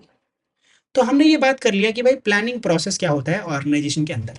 अब बात करते हैं कि क्या जरूरत पड़ गई आपको प्लान करने की, importance of strategic planning and the role of environmental scanning. तो आइए इंपॉर्टेंस ऑफ स्ट्रेटेजिक प्लानिंग की बात करेंगे। जी हाँ दोस्तों, स्ट्रेटेजिक प्लानिंग कूटनीतिक तरीके से जब आप प्लान करते हो कि अगर मैंने ऐसा किया तो ऐसा हो जाएगा, अगर मैंने वैसा किया तो वैसा हो जाएगा, यही तो स्ट्रेटेजी है, इसी को तो कूटनीति बोलते हैं। ठीक है, समझ में आ रही है बात? ओके। अरे कभी गेम वगैरह खेला आप लोगों ने? लूडो खेला होगा, पक्का हम पक्का आप सभी लोगों ने खेला होगा। तो लूडो में अगर मैंने ये वाली गोटी काटी तो दूसरी वाली मेरी भी कट जाएगी, पहले नई गोटी खोल लेता हूँ फिर ये गोटी काटूंगा। तो ये आप स्ट्रैटेजी बना रहे हैं ना। ऐसे ही अपनी कंपनी के अंदर भी आप प्लान बनाते हैं कि अगर मैंने ये किया तो पैसा तो ज्यादा लग जाएगा, तो ऐसा करता हूँ, ये धीरे धीरे करता हूँ, इधर पैसा थोड़ा थोड़ा लगाता हूँ। यही तो स्ट्रैटेजी है, राइट? फिर आप tactical plans, while operational and tactical plans are important, strategic planning is critical, क्योंकि वो आपको लॉन्ग टर्म डायरेक्शन देती है आपकी ऑर्गेनाइजेशन को। ठीक है, क्या क्यों क्यों जरूरी है भाई स्ट्रैटेजिक प्लानिंग? पहला, आपकी मेन प्लानिंग को डायरेक्शन प्रोवाइड करेगी, फोकस्ड रखेगी आपको। दूसरा, लॉन्ग टर्म में सर्वाइवल इंश्योर करेगी, और रिसोर्स एलोकेट करने में भी मदद करेगी। Limited resources must be allocated optimally. अगर आपके पास रिसोर्स कम है तो आपको ऑप्टिमम तरीके से उसका यूज करना पड़ेगा कि उन्हीं कम रिसोर्सेज में ज्यादा से ज्यादा हम लोग काम कर सकें। Okay, right? Facilitates competitive advantage. By identifying unique strength, firms can differentiate themselves. जैसे कि एप्पल का स्ट्रैटेजिक फोकस है इनोवेशन और डिजाइन पे, कि भैया हमारे जितना इनोवेशन और हमारे से बढ़िया डिजाइन कोई लेकर नहीं आ सकता मार्केट के अंदर। आप नोटिस करेंगे उनका डिजाइन बहुत समय आगे, फ्यूचरिस्टिक डिजाइन होता है उनका। वेदर यू बिलीव और नॉट, जो मैकबुक उन्होंने आज से 10 साल पहले दे दिया था, लोग आज उसे कॉपी कर रहे हैं सिमिलर डिजाइन को लाने के लिए, राइट? तो design is everything with Apple. Integrates functional areas. अगर आप स्ट्रैटेजिक प्लानिंग करते हैं, कूटनीतिक तरीके से प्लान करेंगे, तो सारी की सारी जो प्लानिंग है, चाहे वो मार्केटिंग से रिलेटेड हो, एचआर, फाइनेंस, ऑपरेशंस, कोशिश करेंगे कि सारे लोग मिलकर काम करें। यही तो है स्ट्रैटेजिक प्लानिंग का फायदा। आइए अब बात करते हैं एनवायरमेंटल स्कैनिंग ऑर्गेनाइजेशनल सक्सेस के लिए क्यों ज़रूरी है और कैसे करनी चाहिए। देखिए, एनवायरमेंटल स्कैनिंग का मतलब है कि भाई आप क्या कर रहे हैं, आसपास के चीज़ों को मॉनिटर कर रहे हैं, इवेल्युएट कर रहे हैं और डिसमिनेट कर रहे हैं कि इंटरनल और एक्सटर्नल एनवायरनमेंट कैसा रहेगा डिसीजन मेकर्स के लिए। सरल शब्दों में ये बताऊं तो आप अपने आसपास के कंपटीशन को देख रहे हैं, और ये देख रहे हैं कि कैसे हम इसके ऊपर डिसीजन ले सकते हैं ताकि हमको फायदा हो। तो पहला, आप क्या करेंगे, अपॉर्चुनिटीज और थ्रेट्स आइडेंटिफाई करेंगे, राइट? स्कैनिंग आपको मदद करती है कि कस्टमर की नीड पता लग जाए आपको, मार्केट का ट्रेंड पता लग जाए, और टेक्नोलॉजिकल डिसरप्शंस के बारे में आपको जानकारी हो जाए। अनसर्टेनिटी रिड्यूस हो जाती है क्योंकि आपने पहले ही स्कैन कर लिया है, राइट? अगर आप ट्रेंड और सिनेरियोज आपको पहले से पता है तो हम प्लान बहुत अच्छे से कर सकते हैं अनसर्टेन कंडीशन में भी। दूसरा, इनोवेशन को सपोर्ट करते हैं हम लोग। अगर हम लगातार एनवायरमेंटल स्कैनिंग करते हैं, जो कि हमें करनी भी चाहिए, क्योंकि हर 2-3 साल के अंदर consumer behaviour, consumer pattern, consumption pattern सब कुछ चेंज हो जाता है, right? So understanding global trends drive innovation in product and processes. Early warning system, scanning acts as a radar, alerting organizations about potential crisis such as regulatory changes or new entrants. Okay, इससे जो आपकी responsiveness है वो भी बढ़ जाती है, क्योंकि एनवायरमेंटल शिफ्ट के लिए आप सेंसिटिव हो जाते हैं ना, और आप अपने कॉम्पिटिटर से फास्टर रिएक्ट करने की कोशिश करते हैं, रिस्पॉन्ड करने की, रिएक्ट नहीं करना होता कभी, ठीक है, रिएक्शन में गड़बड़ हो जाती है, रिस्पॉन्ड हमेशा कीजिए। नाउ टूल्स जैसे कि strength, weakness, opportunity and threat analysis, दूसरा पेस्टल फ्रेमवर्क और पोर्टर्स 5 फोर्सेस एंड बेंचमार्किंग, ये सारे के सारे हम लोग टूल्स यूज करते हैं जिससे हम एनवायरनमेंट को स्कैन कर सकें। एक बिजनेस केस स्टडी देखते हैं, Reliance Jio and strategic planning through environmental scanning. एक रिसेंट और स्ट्राइकिंग एग्जांपल है रिलायंस जियो की एंट्री इंडियन टेलीकॉम मार्केट के अंदर। 2016 में इन्होंने मार्केट के अंदर एंट्री ली, ठीक है। इनका प्लानिंग प्रोसेस देखिए कितना तगड़ा था। Reliance set the objective of transforming India into digital first nation, और इन्होंने बहुत हद तक किया भी, राइट। तो मल्टीपल ऑप्शंस इन्होंने दे दिए, premium pricing versus smart affordability. आप नोटिस कीजिए, पहले हम 2 GB का रिचार्ज 50 रुपए में किया करते थे, और वो भी स्क्रैच करके, है ना। मैंने बहुत ज़्यादा, मुझे लग रहा है पैसे बताए, बहुत कम पैसे बताए। शायद हम लोग 200 MB का रिचार्ज करते थे 20 रुपए या 50 रुपए देकर, स्क्रैच कूपन आते थे, राइट, है ना। मास अफोर्डेबिलिटी पर इन्होंने प्रीमियम प्राइसिंग को छोड़कर जो बाकी कंपनीज चार्ज करी थी, इन्होंने बोला कि ऐसा करते हैं जो सबके लिए अफोर्डेबल हो वो प्लान लेकर लॉन्च करेंगे, ठीक है। जियो का उन्होंने प्राइम मेंबरशिप लॉन्च की 99 रुपीज़ में, 1 साल तक आप इंटरनेट चलाओ, खूब कॉल्स करो, कोई दिक्कत नहीं, 1-1 घंटे 2-2 घंटे बात करो लोगों से। अफोर्डेबल 4G डेटा और फ्री इंट्रोडक्टरी ऑफर्स इन्होंने रन किए, जिससे मार्केट के अंदर पेनिट्रेशन इनका बहुत जल्दी हुआ और कंज्यूमर्स ने इनके प्रोडक्ट को चूज करना शुरू कर दिया। नेक्स्ट है स्ट्रैटेजिक प्लानिंग। जियो की लॉन्ग टर्म स्ट्रैटेजी सिर्फ और सिर्फ टेलीकॉम सब्सक्राइबर को कैप्चर करने की नहीं थी, लेकिन डिजिटल इकोसिस्टम बनाने की भी थी। तो इन्होंने जियो फाइबर ब्रॉडबैंड, जियो मार्ट रिटेल, राइट, ये सब लॉन्च किया with the partnership of Facebook and Google. Strategic planning की वजह से रिलायंस का जो शिफ्ट था वो एनर्जी कॉन्ग्लोमरेट से हटकर डिजिटल सर्विस जाइंट के अंदर बदल रहा है, क्योंकि उनको पता है कि एनर्जी धीरे धीरे धीरे धीरे अब सस्टेनेबल एनर्जी में लोग कन्वर्ट हो जाएंगे आने वाले 10-20-50 सालों के अंदर। तो हमें डिजिटल सर्विसेज की जरूरत तो हमेशा पड़ेगी, तो आइए क्यों ना इसमें चला जाए। फिर उन्होंने इन्वायरमेंटल स्कैनिंग की। जियो ने मिटिकुलसली इंडियन मार्केट का डेटा रीड किया, कैप्चर किया और रीड किया with the rising smartphone penetration. इससे जो डेटा की कॉस्ट है वो भी कम हो गई आम कंज्यूमर के लिए। आपका, मेरा जो इंटरनेट का बिल है वो भी बहुत ज़्यादा कम हो गया, आपका डेटा थोड़ा सस्ता हो गया। तो अब इन्होंने ये जो गेम है ये पुल कैसे किया। आउटकम ये रहा कि अगले कुछ सालों के अंदर, यानी कि with in 4 years, Jio India का लार्जेस्ट टेलीकॉम ऑपरेटर बन गया विद ओवर 400 मिलियन सब्सक्राइबर, यानी कि 40 करोड़ लोग जियो नेटवर्क से जुड़ गए सिर्फ और सिर्फ 4 सालों के अंदर। तो ये जो पूरा का पूरा आपने केस स्टडी देखा, इसमें देखा कि कैसे सिर्फ एक फंक्शन मैनेजमेंट का इस्तेमाल करके और उसको इफेक्टिवली इम्प्लीमेंट करके आप अपने गोल्स को अचीव कर सकते हो, राइट। जो आपने ऑब्जेक्टिव सेट किया था वो आप अचीव कर सकते हो, राइट। तो क्रिटिकल पर्सपेक्टिव क्या रहेगा इस पूरे के पूरे क्वेश्चन के लिए, कि वाइल जो ये जो प्लानिंग है ये आपको स्ट्रक्चर तो दे देगी, लेकिन बहुत सारे लिमिटेशंस भी आते हैं। और ओवर प्लानिंग आपकी रिजिडिटी बढ़ाएगी, यानी कि आपका प्लान और ज़्यादा मजबूत मजबूत और बहुत मजबूत होता चला जाएगा। और जो अनप्रिडिक्टेबल इन्वायरमेंटल शॉक्स आएंगे ना, जैसे कोविड-19 के अंदर हमने देखा कि बड़ी बड़ी फर्म्स क्लोज हो गई। इसी कोविड-19 के अंदर आपने देखा कि Big Bazaar was sold to you know Reliance, right, है ना। नाउ अगर ये जो एनवायरमेंटल शॉक्स है ये अचानक से आपको मिले तो आपके प्लान खराब भी हो सकते हैं, इसलिए आप अपने प्लान के अंदर हमेशा फ्लेक्सिबिलिटी रखिए, और जो कंटीजेंसी प्लानिंग है वो हमेशा इफेक्टिव करते रहिए। Strategic planning must be very continuous with the real time environmental scanning. Okay, so guys, this is all about the unit question number 2. Okay, now let's move to the question number 3.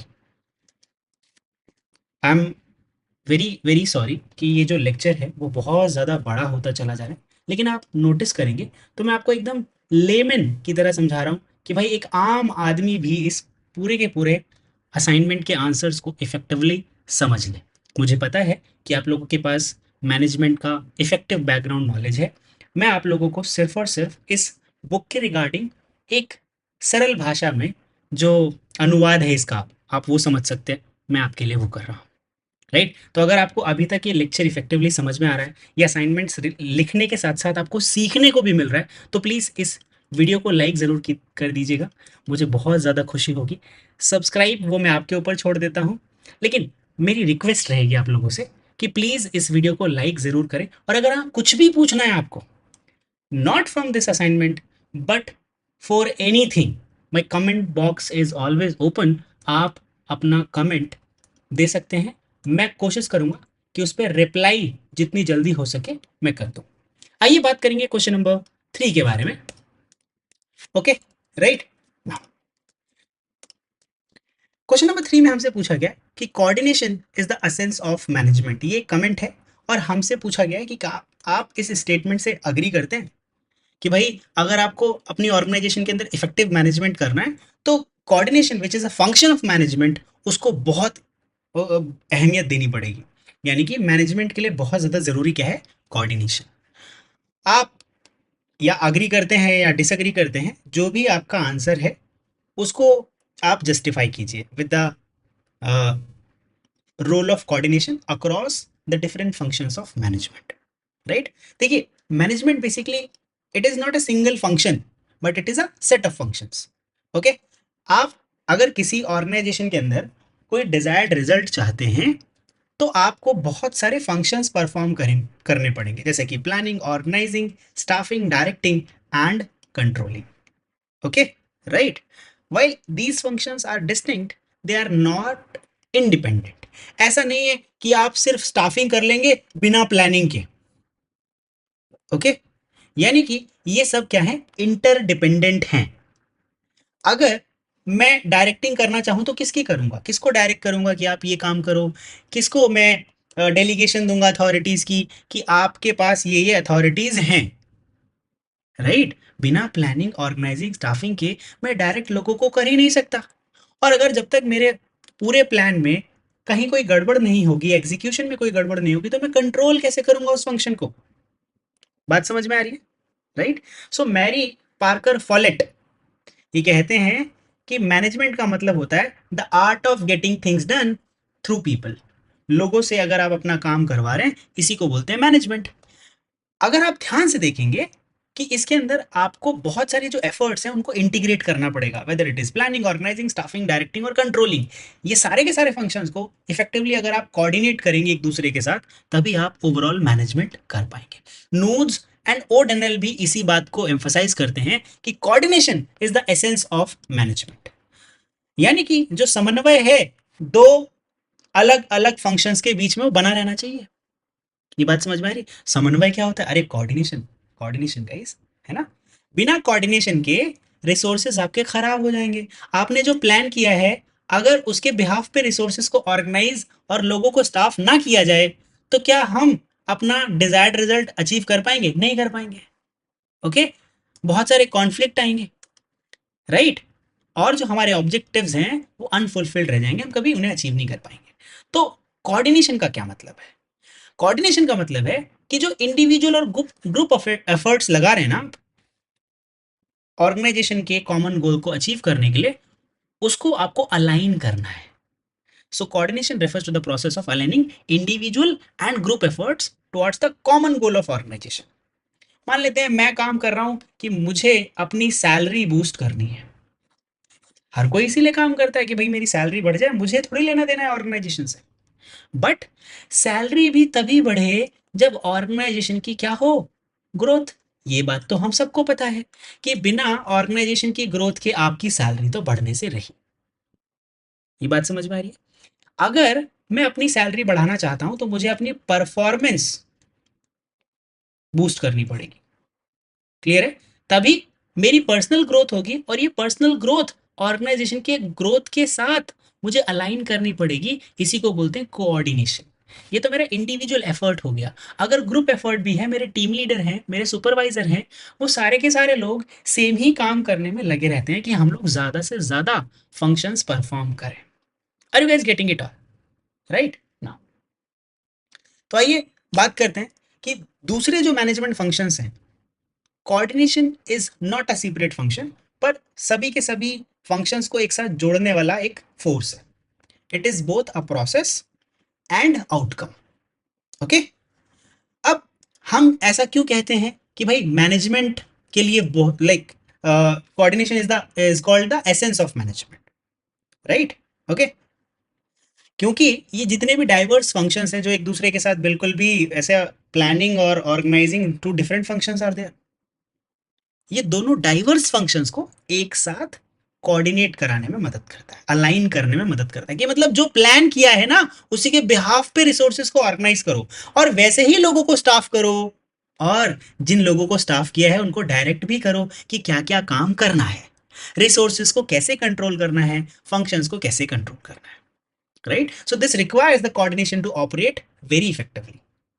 Okay, coordination ही वो function है या वो force है जिसकी वजह से हम यूनिटी में एफर्ट लगा पाते हैं, राइट? ओके, आपके ऑर्गेनाइजेशन के अंदर कॉन्फ्लिक्ट्स बहुत कम हो जाते हैं और आप चेंजेस को अडेप्ट करने के लिए थोड़ा सा मान जाते हैं, which is very you know difficult in an organisation to bring a change, because हर कोई चेंज को रेजिस्ट करता है, राइट? जो गोल अचीवमेंट है उसको फैसिलिटेट कराने में मदद करता है। आपके जो प्लान्स हैं और रिसोर्सेज हैं वो अगर अलाइन हो जाएंगे तो भैया मज़ा ही आ जाएगा, लेकिन अगर नहीं हुए तो भाई दोनों अलग अलग फंक्शन हो जाएंगे, दोनों को एक ही फंक्शन बनना है, राइट? जैसे मैं, मेरा एक हाथ है और मेरा एक पैर है, अगर मैं चल किसी दूसरी दिशा में रहा हूँ, डायरेक्शन मेरी मूवमेंट की कुछ और है, और मेरे जो लेग्स की मूवमेंट है वो किसी दूसरी जगह है, हाथ की मूवमेंट किसी दूसरी जगह है, तो मेरे पूरी बॉडी का जो अलाइनमेंट है वो बिगड़ जाएगा।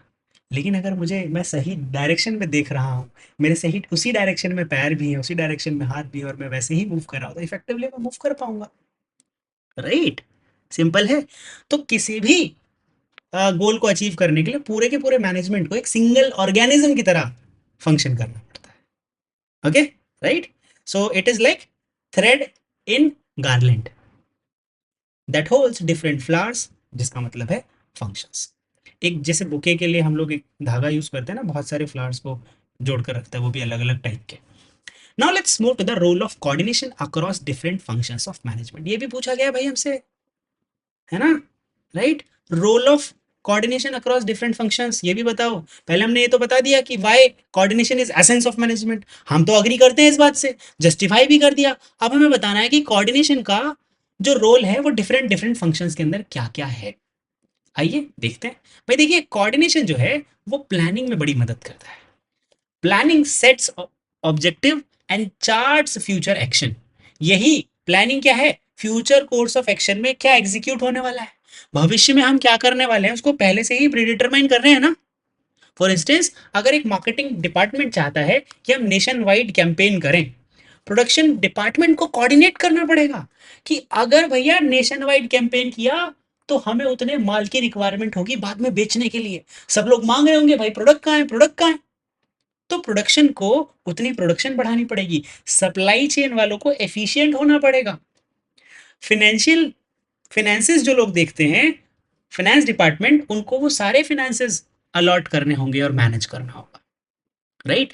अगर ये सारे के सारे फंक्शंस अलग अलग हों, कोऑर्डिनेशन ना हो, तो भैया फाइनेंशियल स्ट्रेन आ जाएगा। कोविड-19 में companies like Zomato had to coordinate planning across delivery technology and customer service, जिससे वो ग्रोसरी डिलीवरी के अंदर भी आ सके। तो पहला फंक्शन तो हो गया कि कोऑर्डिनेशन को प्लानिंग में आप लोग यूज करते हैं, पहला फंक्शन। अगला फंक्शन है ऑर्गेनाइजिंग। गाइस, मैनेजमेंट के 4-5 ही तो फंक्शंस हैं। Planning, organising, staffing, directing, controlling. Planning, organising, staffing, directing, controlling. Simple है। तो अगला जो कोऑर्डिनेशन हम करने जाएंगे वो करेंगे ऑर्गेनाइजिंग। ऑर्गेनाइजिंग के अंदर हम पूरे के पूरे ऑर्गेनाइजेशन को क्या करते हैं? जोड़ते हैं, बनाते हैं। तो हम बेसिकली एक स्ट्रक्चर क्रिएट करेंगे अथॉरिटीज और रिस्पॉन्सिबिलिटीज का, कि किसके पास कितनी शक्ति, कितनी पावर होगी और किसके पास कितनी जिम्मेदारी होगी। अगर शक्ति के साथ जिम्मेदारी ना दी जाए, पावर के साथ रिस्पॉन्सिबिलिटी ना दी जाए, तो मजा नहीं आएगा. For example, in a hospital, doctors, nurse, pharmacists, and administrators have specialized role, but patient care requires seamless coordination among them. है ना? अगर कोऑर्डिनेशन नहीं होगा तो पेशेंट का इलाज नहीं होगा. देखिए, डॉक्टर्स आपसे फिनेंस थोड़ी मांगते हैं कि फीस लाओ फीस लाओ. फिनेंस तो आपसे जो एडमिन में लोग बैठे हैं, मैनेजमेंट में लोग बैठे हैं, वो कलेक्शन पॉइंट पर बोलते हैं कि उन कलेक्शन पॉइंट पर जब पेशेंट की पर्ची बन रही है तभी उनसे पैसे मांग लो, राइट? ताकि रिसोर्सेज इकट्ठा हो पाए और हम डॉक्टर्स बिना पूछे उनका इलाज कर सके. कभी डॉक्टर पैसा नहीं मांगता, किसी भी हॉस्पिटल में चले जाओ, because they do the function, right? वो अपना काम करते हैं, वो ऑपरेशन परफॉर्म करेंगे, पेशेंट का हालचाल लेंगे, उसको दवाई लगाएंगे. वो मना कर सकते हैं आपकी रिकमेंडेशन, आपकी पर्ची स्लिप देख कर कि जी आपके पास तो शायद ये पेमेंट वगैरह हुई नहीं है, ये तो अपडेट नहीं है, आप इसको अपडेट करा के जाओ. जब आप अपडेट कराने जाओगे तो पता लगेगा पैसा लगने वाला है. समझ में आ गई? तो इसका मतलब इन सभी के सभी फंक्शंस को, एक हॉस्पिटल को रन करने के लिए इन सभी सभी लोगों का कोऑर्डिनेशन आपस में होना बहुत ज़रूरी है. फिर स्टाफिंग के लिए कोऑर्डिनेशन बहुत ज़रूरी है. जैसे एचआर, मान लेते हैं कि एक ऑर्गेनाइजेशन चाहती है कि हम एक्सपैंड करें, राइट? तो हमें मैन पावर की रिक्वायरमेंट होगी. Human resource management, right, and line departments to identify man power requirement. उनकी ट्रेनिंग कितनी होनी चाहिए, सक्सेशन प्लानिंग, जो पुराने लोग हैं उनको प्रमोट करना होगा, नए लोगों के लिए जगह बनानी होगी, राइट? तो कंपनी जैसे कि इन्फोसिस है, यहाँ पर HR must coordinate with project manager to recruit skilled professional for time sensitive client projects.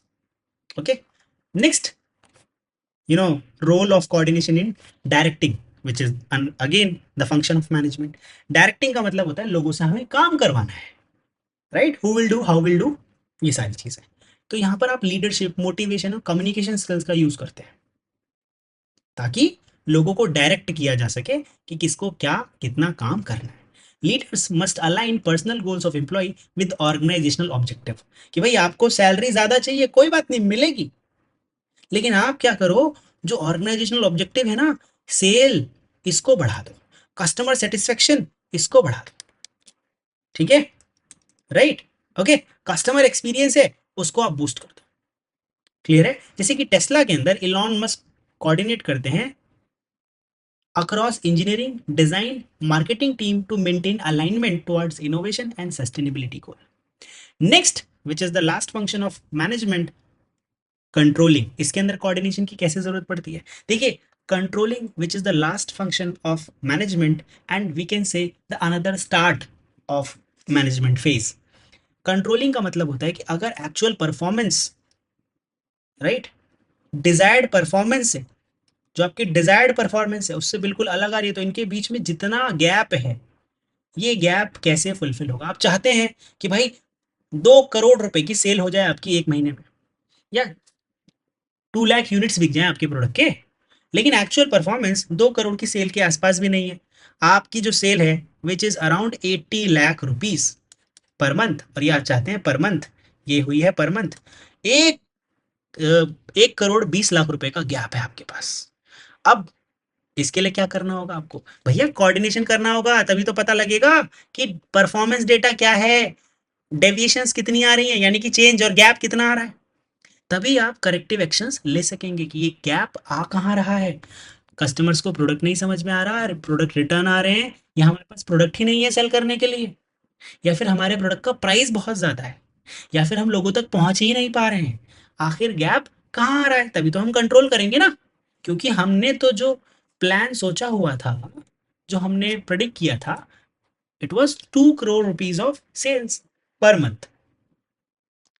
अब मान लेते हैं इसी फंक्शन को, जैसे Amazon relies heavily on real time coordination between logistics, inventory and customer service, जिससे वो ग्लोबल एफिशिएंसी और कंट्रोल सिस्टम के ऊपर मेंटेनेंस हमेशा कर सकें और मेंटेन कर सकें इनको. आइए एक केस स्टडी देखते हैं रिलायंस रिटेल की कोऑर्डिनेशन की वजह से. देखिए, रिलायंस रिटेल बहुत ही जल्दी बहुत ज़्यादा बढ़ चुका है, राइट? इन्होंने जल्दी ही बिग बाजार को एक्वायर किया. अब बिग बाजार के जितने भी स्टोर्स थे उनको स्मार्ट बाजार में वो कन्वर्ट कर रहे हैं, एंड मोस्टली उन्होंने कर भी दिया है, राइट? और ऑनलाइन प्लेटफॉर्म में जियो मार्ट इन्होंने लॉन्च किया है. Right, okay. तो अब ये ग्रोसरीज, फैशन, डिजिटल इलेक्ट्रॉनिक्स और e commerce platforms like JioMart सब में आ चुके हैं। देखिए, अगर आपके पास पैसा होता है तो अचानक से ही आप दूसरे दूसरे ऑर्गेनाइजेशंस को एक्वायर कर लेते हैं विच आर प्रॉफिटेबल और कुड बी प्रॉफिटेबल।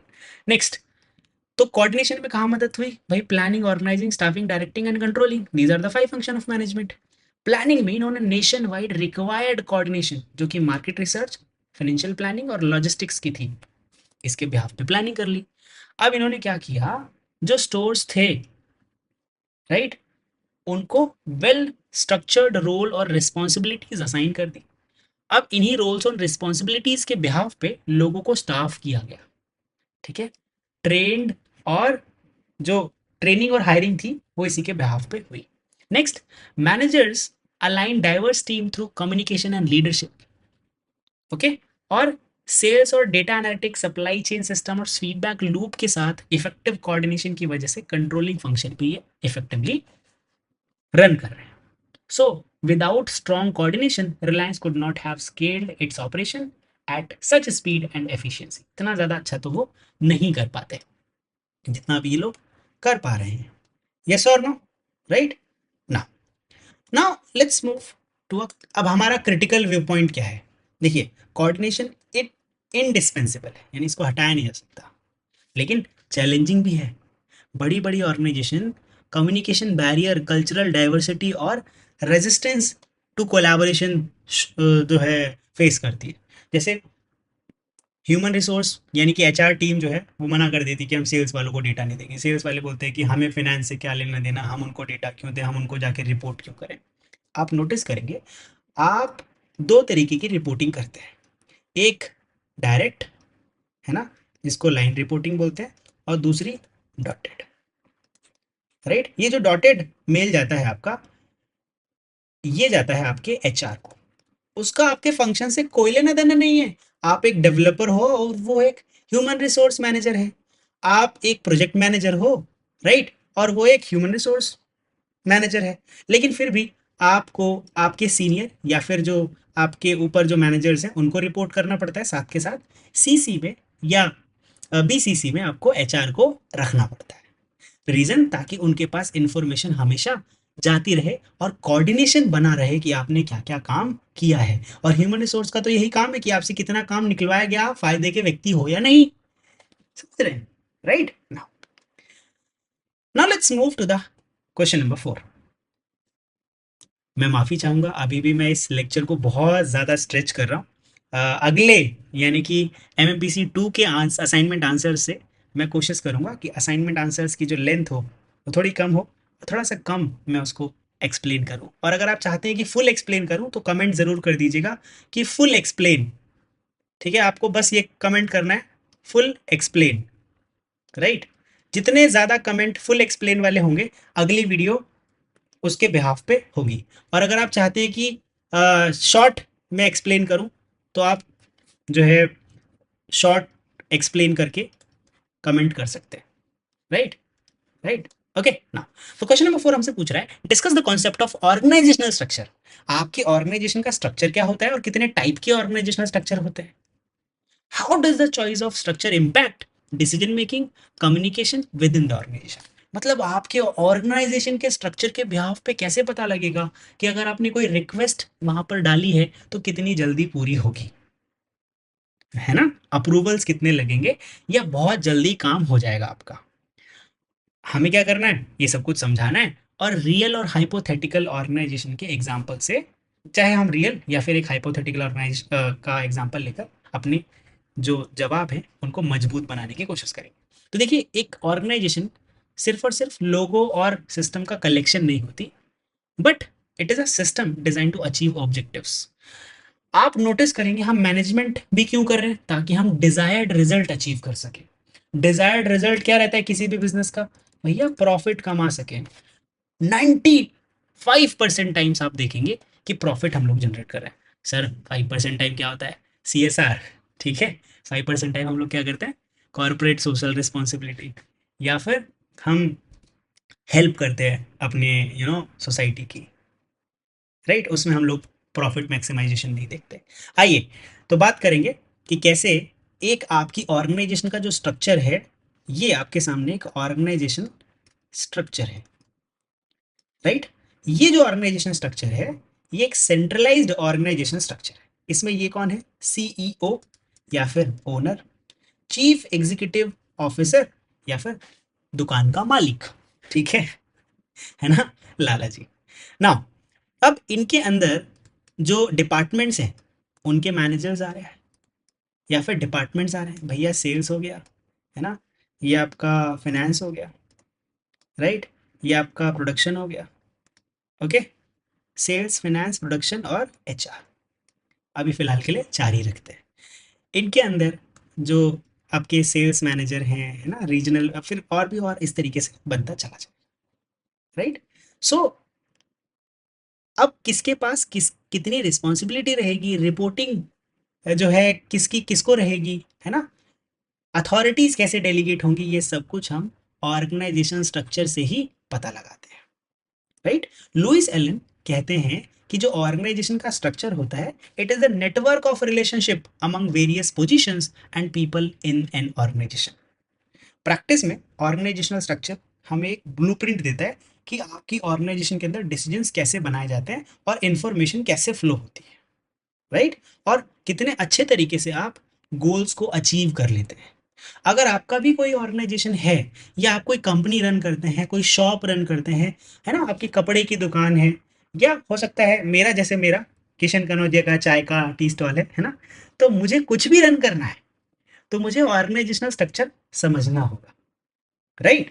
आइए, कॉन्सेप्ट ऑफ ऑर्गेनाइजेशनल स्ट्रक्चर क्या रहता है, it is a pattern of relationship and responsibilities जो डिक्टेट करती है कि काम कैसे डिवाइड किया जाएगा, ग्रुप किया जाएगा, कोऑर्डिनेट कराया जाएगा।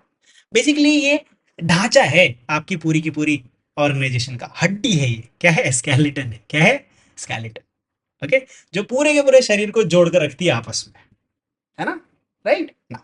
सो significance of an structure can be understood कि ये अथॉरिटीज को क्लैरिफाई करता है कि कौन किसको रिपोर्ट करेगा, जिससे एम्बिग्विटी, यानी कि मैं सर को बोलूँ या इन सर को बोलूँ, मैं मैनेजर को रिपोर्ट करूँ या सुपरवाइजर को रिपोर्ट करूँ, मैनेजर को सीसी में रखूँ या सुपरवाइजर को सीसी में रखूँ, मेरा तो सुपरवाइजर है ही नहीं, अच्छा मेरे तो टीएल हैं, पिछली कंपनी में तो सुपरवाइजर हुआ करते थे, मैं तो उनको डायरेक्ट ईमेल भेजता था, और जो एरिया मैनेजर होते थे उनको मैं अ, जो है सीसी में रखता था, तो यहाँ कैसे करूँ।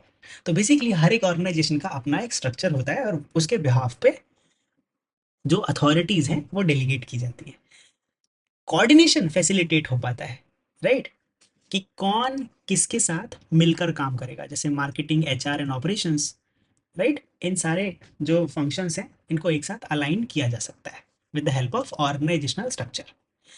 किसको कहाँ से जानकारी मिलेगी और कितनी जानकारी मिलेगी, इस बात का भी हम लोग ऑर्गेनाइजेशनल स्ट्रक्चर डिजाइन करते समय बता सकते हैं। जैसे मैं, मेरी कपड़े की दुकान है, तो मान लेते हैं कि मेरे पास एक सेल्स पर्सन है, एक जो है अकाउंटेंट है ना, मेरी बड़ी दुकान है, सेल्स पर्सन मेरे पास तीन चार लोग हैं, एक और एक परचेज के लिए मैंने मार्केट में भेजा हुआ होता है हमेशा किसी को।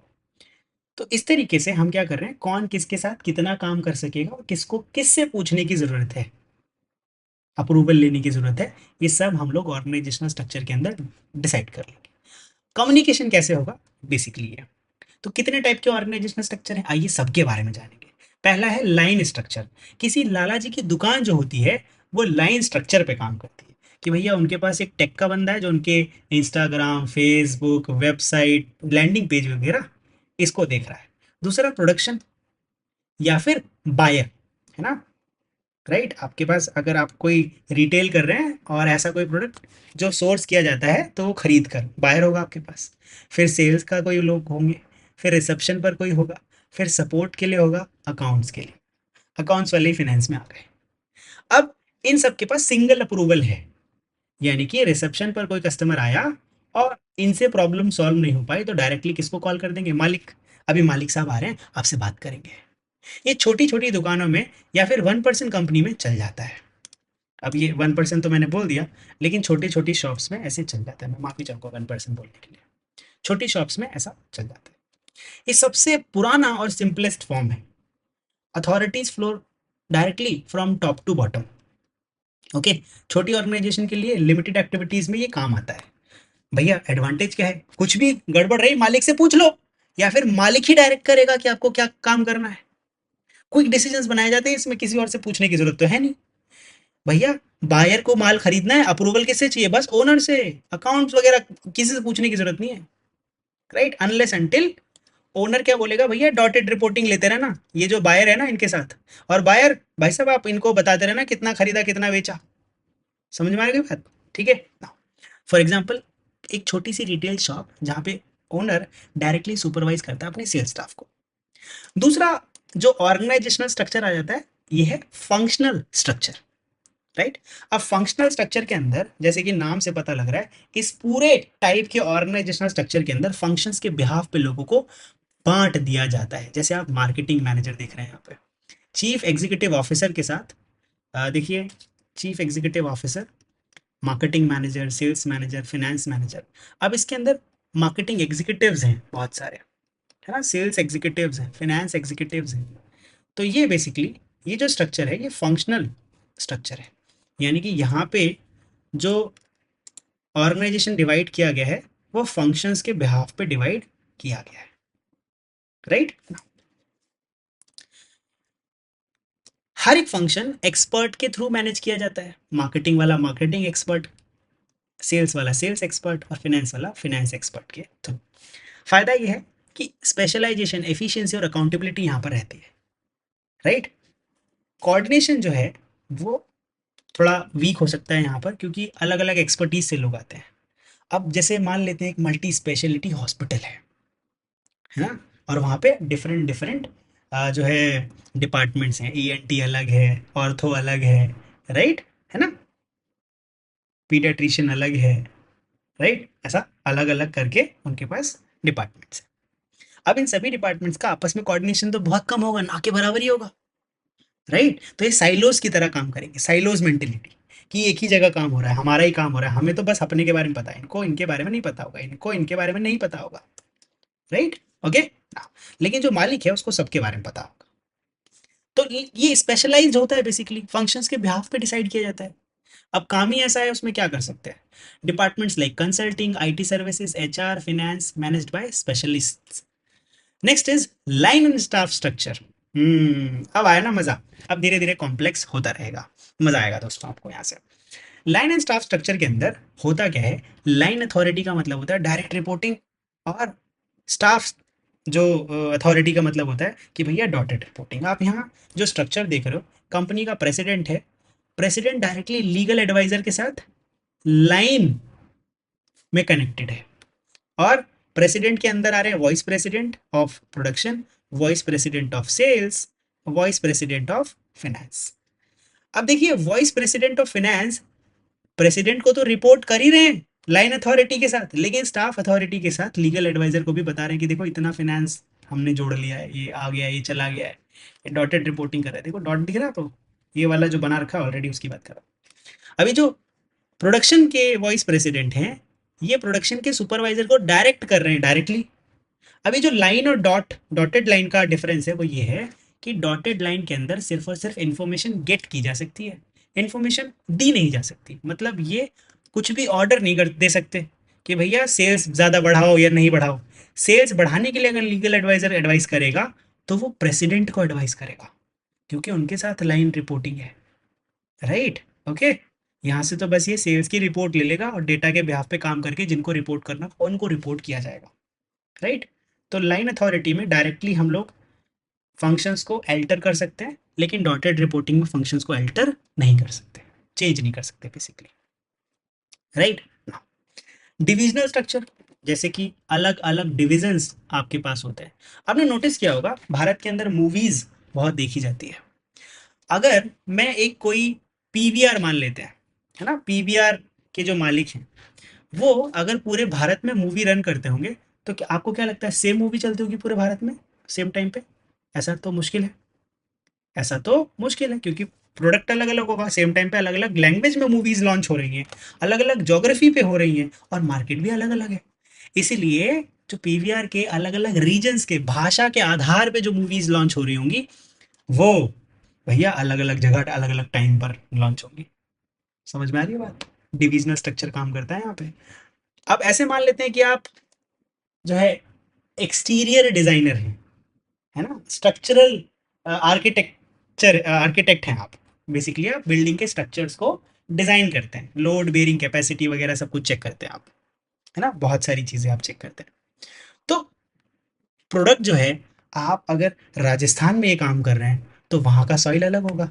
यही काम अगर आप हिमाचल में कर रहे हैं तो वहाँ का सॉइल अलग होगा। और यही काम अगर आप दिल्ली में कर रहे हैं तो वहाँ का सॉइल अलग होगा। इसीलिए आपको डिविजन्स की अलग अलग जरूरत पड़ेगी। Right, okay. क्योंकि डुप्लीकेट नहीं कर सकते, यहाँ के रिसोर्सेज को दूसरी जगह लगा दिया काम ही नहीं आएगा। जो पहाड़ पे स्ट्रक्चर्स बन रहे हैं वो फ्लैट सरफेस पे नहीं बनेंगे, उनकी एक्सपर्टीज अलग होगी। समझ में आ रही है बात? So Reliance Industries has divisions like retail, telecom, energy. अब ये सब अलग अलग तरीके से ऑपरेट करते हैं क्योंकि आपस में लेना देना नहीं है ना इनका। Right, now let's move to the another organizational structure, that is matrix structure. और मुझे सबसे ज्यादा पसंद आता है। आप किसी कंपनी के मालिक हैं और वो कंपनी जो है सोप बनाती है, सोप, बहुत बढ़िया सोप बनाते हैं आप। आपकी कंपनी का नाम मान लेते हैं निरमा, वॉशिंग पाउडर निरमा, दूध सी सफेदी निरमा से आए। अरे बस बस बस, वापस आते हैं। तो निरमा जो है, निरमा के आप चीफ एग्जीक्यूटिव ऑफिसर है।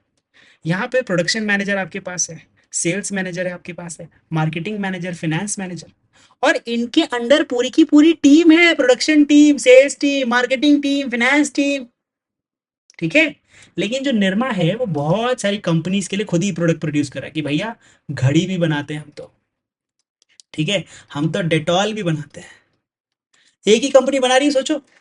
प्रोडक्शन के लिए जो वरुण बेवरेजेस है वो क्या कर रही है, मिरिंडा भी वही बना रही है, कोका कोला भी वही बना रही है, थम्स अप भी वही बना रही है। अरे एक ही कंपनी सब कुछ बना रही है तो हम अलग अलग कंपनी के नाम से क्यों खरीद रहे हैं? राइट। अब ये प्रोडक्शन कंपनीज, एक जो है प्रोडक्शन कंपनीज के पास मशीनरी तो सेम ही है। अब क्या करते हैं ये लोग, इसका फायदा उठाकर अलग अलग प्रोजेक्ट्स पकड़ लेते हैं। जैसे आपके घर बनाने के लिए जो बिल्डर आता है, बिल्डर, उसके एक समय पर बहुत सारी साइट चल रही होती है। मान लेते हैं कि भाई नोएडा के सेक्टर 20 के अंदर एक साइट चल रही है, वहाँ पे कंस्ट्रक्शन हो रहा है एक 10 स्टोरी बिल्डिंग का, है ना, 10 मंजिल की इमारत है, बन रही हो। अब उसी के साथ साथ उनको एक ऑर्डर आ जाता है कि आप ऐसा करो सर, गाजियाबाद में ना सेक्टर 5 में आपके पास 20 स्टोरी का एक ऑर्डर है, आप उसे ले लो। तो अब आप देखो कि उनके पास जो लेबर्स होंगे, मशीनरी होगी, वो 10 स्टोरी में भी सेम लगी होगी, 20 स्टोरी में भी सेम लगी होगी, लोकेशन नोएडा और गाजियाबाद। अब ये काम तो सेम समय पे ही हो रहा है ना, तो यहाँ पर प्रोजेक्ट अलग अलग हो जाएंगे, प्रोजेक्ट 1 और प्रोजेक्ट 2। ठीक है, राइट। तो जो प्रोडक्शन ग्रुप है, आप देखें अलग अलग इन लोगों को प्रोडक्शन ग्रुप असाइन किया गया है, सेल्स ग्रुप, मार्केटिंग ग्रुप, लेकिन इन सारे के सारे ग्रुप्स को इनके एक्सपर्ट्स मैनेज कर रहे हैं, इनके एक्सपर्ट्स मैनेज कर रहे हैं। ये बात समझ में आ रही है? Are you guys getting it all? Right, चलिए। टीम बेस्ड और नेटवर्क्ड स्ट्रक्चर। अब मान लेते हैं कि मॉडर्न स्ट्रक्चर में बेसिकली अगर मुझे टीम्स को फ्लेक्सिबल बनाना होता है तो हम क्या करते हैं, इस तरीके से काम करते हैं। जब मुझे ज़्यादा इनोवेशन चाहिए होता है, बहुत जल्दी रिस्पॉन्स चाहिए होता है, तो मैं क्या करता हूँ, नेटवर्क स्ट्रक्चर या फिर टीम बेस्ड स्ट्रक्चर बनाता हूँ। Okay, right. जैसे हमें सेल्स करनी है और वो भी अलग अलग प्रोडक्ट्स को अलग अलग डिपार्टमेंट्स में डिवाइड करके हमें करनी है। तो मान लेते हैं हम लोग इंश्योरेंस सेल करते हैं, तो हेल्थ इंश्योरेंस अलग होंगे, लाइफ इंश्योरेंस अलग होंगे, मरीन इंश्योरेंस अलग होंगे, है ना, राइट। बात समझ में आ रही है ना? हम्म। तो इसके बिहाफ पे हम लोग फंक्शनल स्क्वाड्स बनाएंगे जो अलग अलग फंक्शंस को, यानी कि अलग अलग प्रोडक्ट्स को जल्दी जल्दी बेच दे, है ना, राइट। एक ही व्यक्ति अगर ये सारे प्रोडक्ट समझाएगा, उसकी एक्सपर्टीज थोड़ी कम हो जाएंगी ना। तो टीम बेस्ड, ये हमारी टीम में सारे लोग हैं, जिसकी जहां जैसे जरूरत पड़ी, कि एक को लाइफ इंश्योरेंस बहुत अच्छे से आता है, आता तो सबको सब कुछ है, लेकिन एक्सपर्टीज सबकी अलग अलग है। ये बात समझ में आ रही है? Right. Impact of structure on decision making, centralization versus decentralization. In line structure decision making is centralized. Okay, right. Now अब जो स्ट्रक्चर है, ऑर्गेनाइजेशन स्ट्रक्चर, उसके अंदर डिसीजन मेकिंग का भी पता लगता है किसके पास कितनी पावर है। तो लाइन स्ट्रक्चर्स के अंदर डिसीजन मेकिंग सेंट्रलाइज्ड होती है, बड़ी जल्दी डिसीजन आ जाता है। मैट्रिक्स के अंदर डिविजनल स्ट्रक्चर होता है जो डिसीजंस को डिसेंट्रलाइज बना देता है, थोड़ा सा टाइम ज़्यादा लगता है, राइट, ओके। अब मैनेजर्स के ऊपर ये पूरा का पूरा भार रहता है कि वो जल्दी जल्दी डिसीजंस लें। जैसे मैकडोनल्ड्स की ग्लोबल स्ट्रैटेजी सेंट्रलाइज्ड है, लेकिन जो लोकल मेन्यूज है ना वो अलग अलग है। इंडिया के अंदर अलग मेन्यू सर्व हो रहा है, इंडिया में ही तमिलनाडु में अलग मेन्यू सर्व हो रहा है भाई, समझ रहे हैं आप लोग, है ना। यूपी में अलग मेन्यू सर्व हो रहा है, हिमाचल में अलग मेन्यू सर्व, एक दो आइटम आगे पीछे है भाई, है नहीं वहाँ पे, यहाँ पे है ना। हमारे बगल में बांग्लादेश है, वहां पे मैकडोनल्ड्स होगा तो उसमें अलग अलग आइटम्स आ रहे हैं, चाइना है वहां पे अलग अलग आइटम्स आ रहे हैं, ठीक है, राइट, ओके। तो ये अगर हमारे ग्लोबल लेवल पर देखेंगे कंट्री के बिहाफ पे तो ये अलग अलग हो जाएंगे, डिसेंट्रलाइज्ड हो जाएंगे, डिविजन्स हो जाएंगे ना बेसिकली। लेकिन अगर ओवरऑल ऑर्गेनाइजेशन देखें तो ये सारे डिविजन्स मिलके सेंट्रलाइज्ड नेटवर्क के ऊपर काम करती है। स्पीड और and flexibility, functional structures may slow decision making due to bureaucracy while team based structures allow quick innovative response। जैसे स्टार्टअप्स क्या करते हैं, फ्लैट स्ट्रक्चर्स अडॉप्ट करते हैं, होता ही भैया बहुत कम लोग होते हैं स्टार्टअप्स में, राइट, जहाँ पे डिसीजन मेकिंग बड़ी जल्दी होती है। छोटे ऑर्गेनाइजेशन के लिए सूटेबल रहता है, हमने पहले भी डिस्कशन किया। क्वालिटी ऑफ डिसीजन, जहाँ स्पेशलाइज स्ट्रक्चर जैसे कि फंक्शनल लाइन एंड स्टाफ, यहाँ पर डिसीजन की क्वालिटीज एक्सपर्ट भी इन्वॉल्व होने की वजह से ज़्यादा अच्छी होती है, राइट। कॉन्फ्लिक्ट जो है फंक्शंस के अंदर, फंक्शनल स्ट्रक्चर के अंदर थोड़े ज़्यादा आते हैं।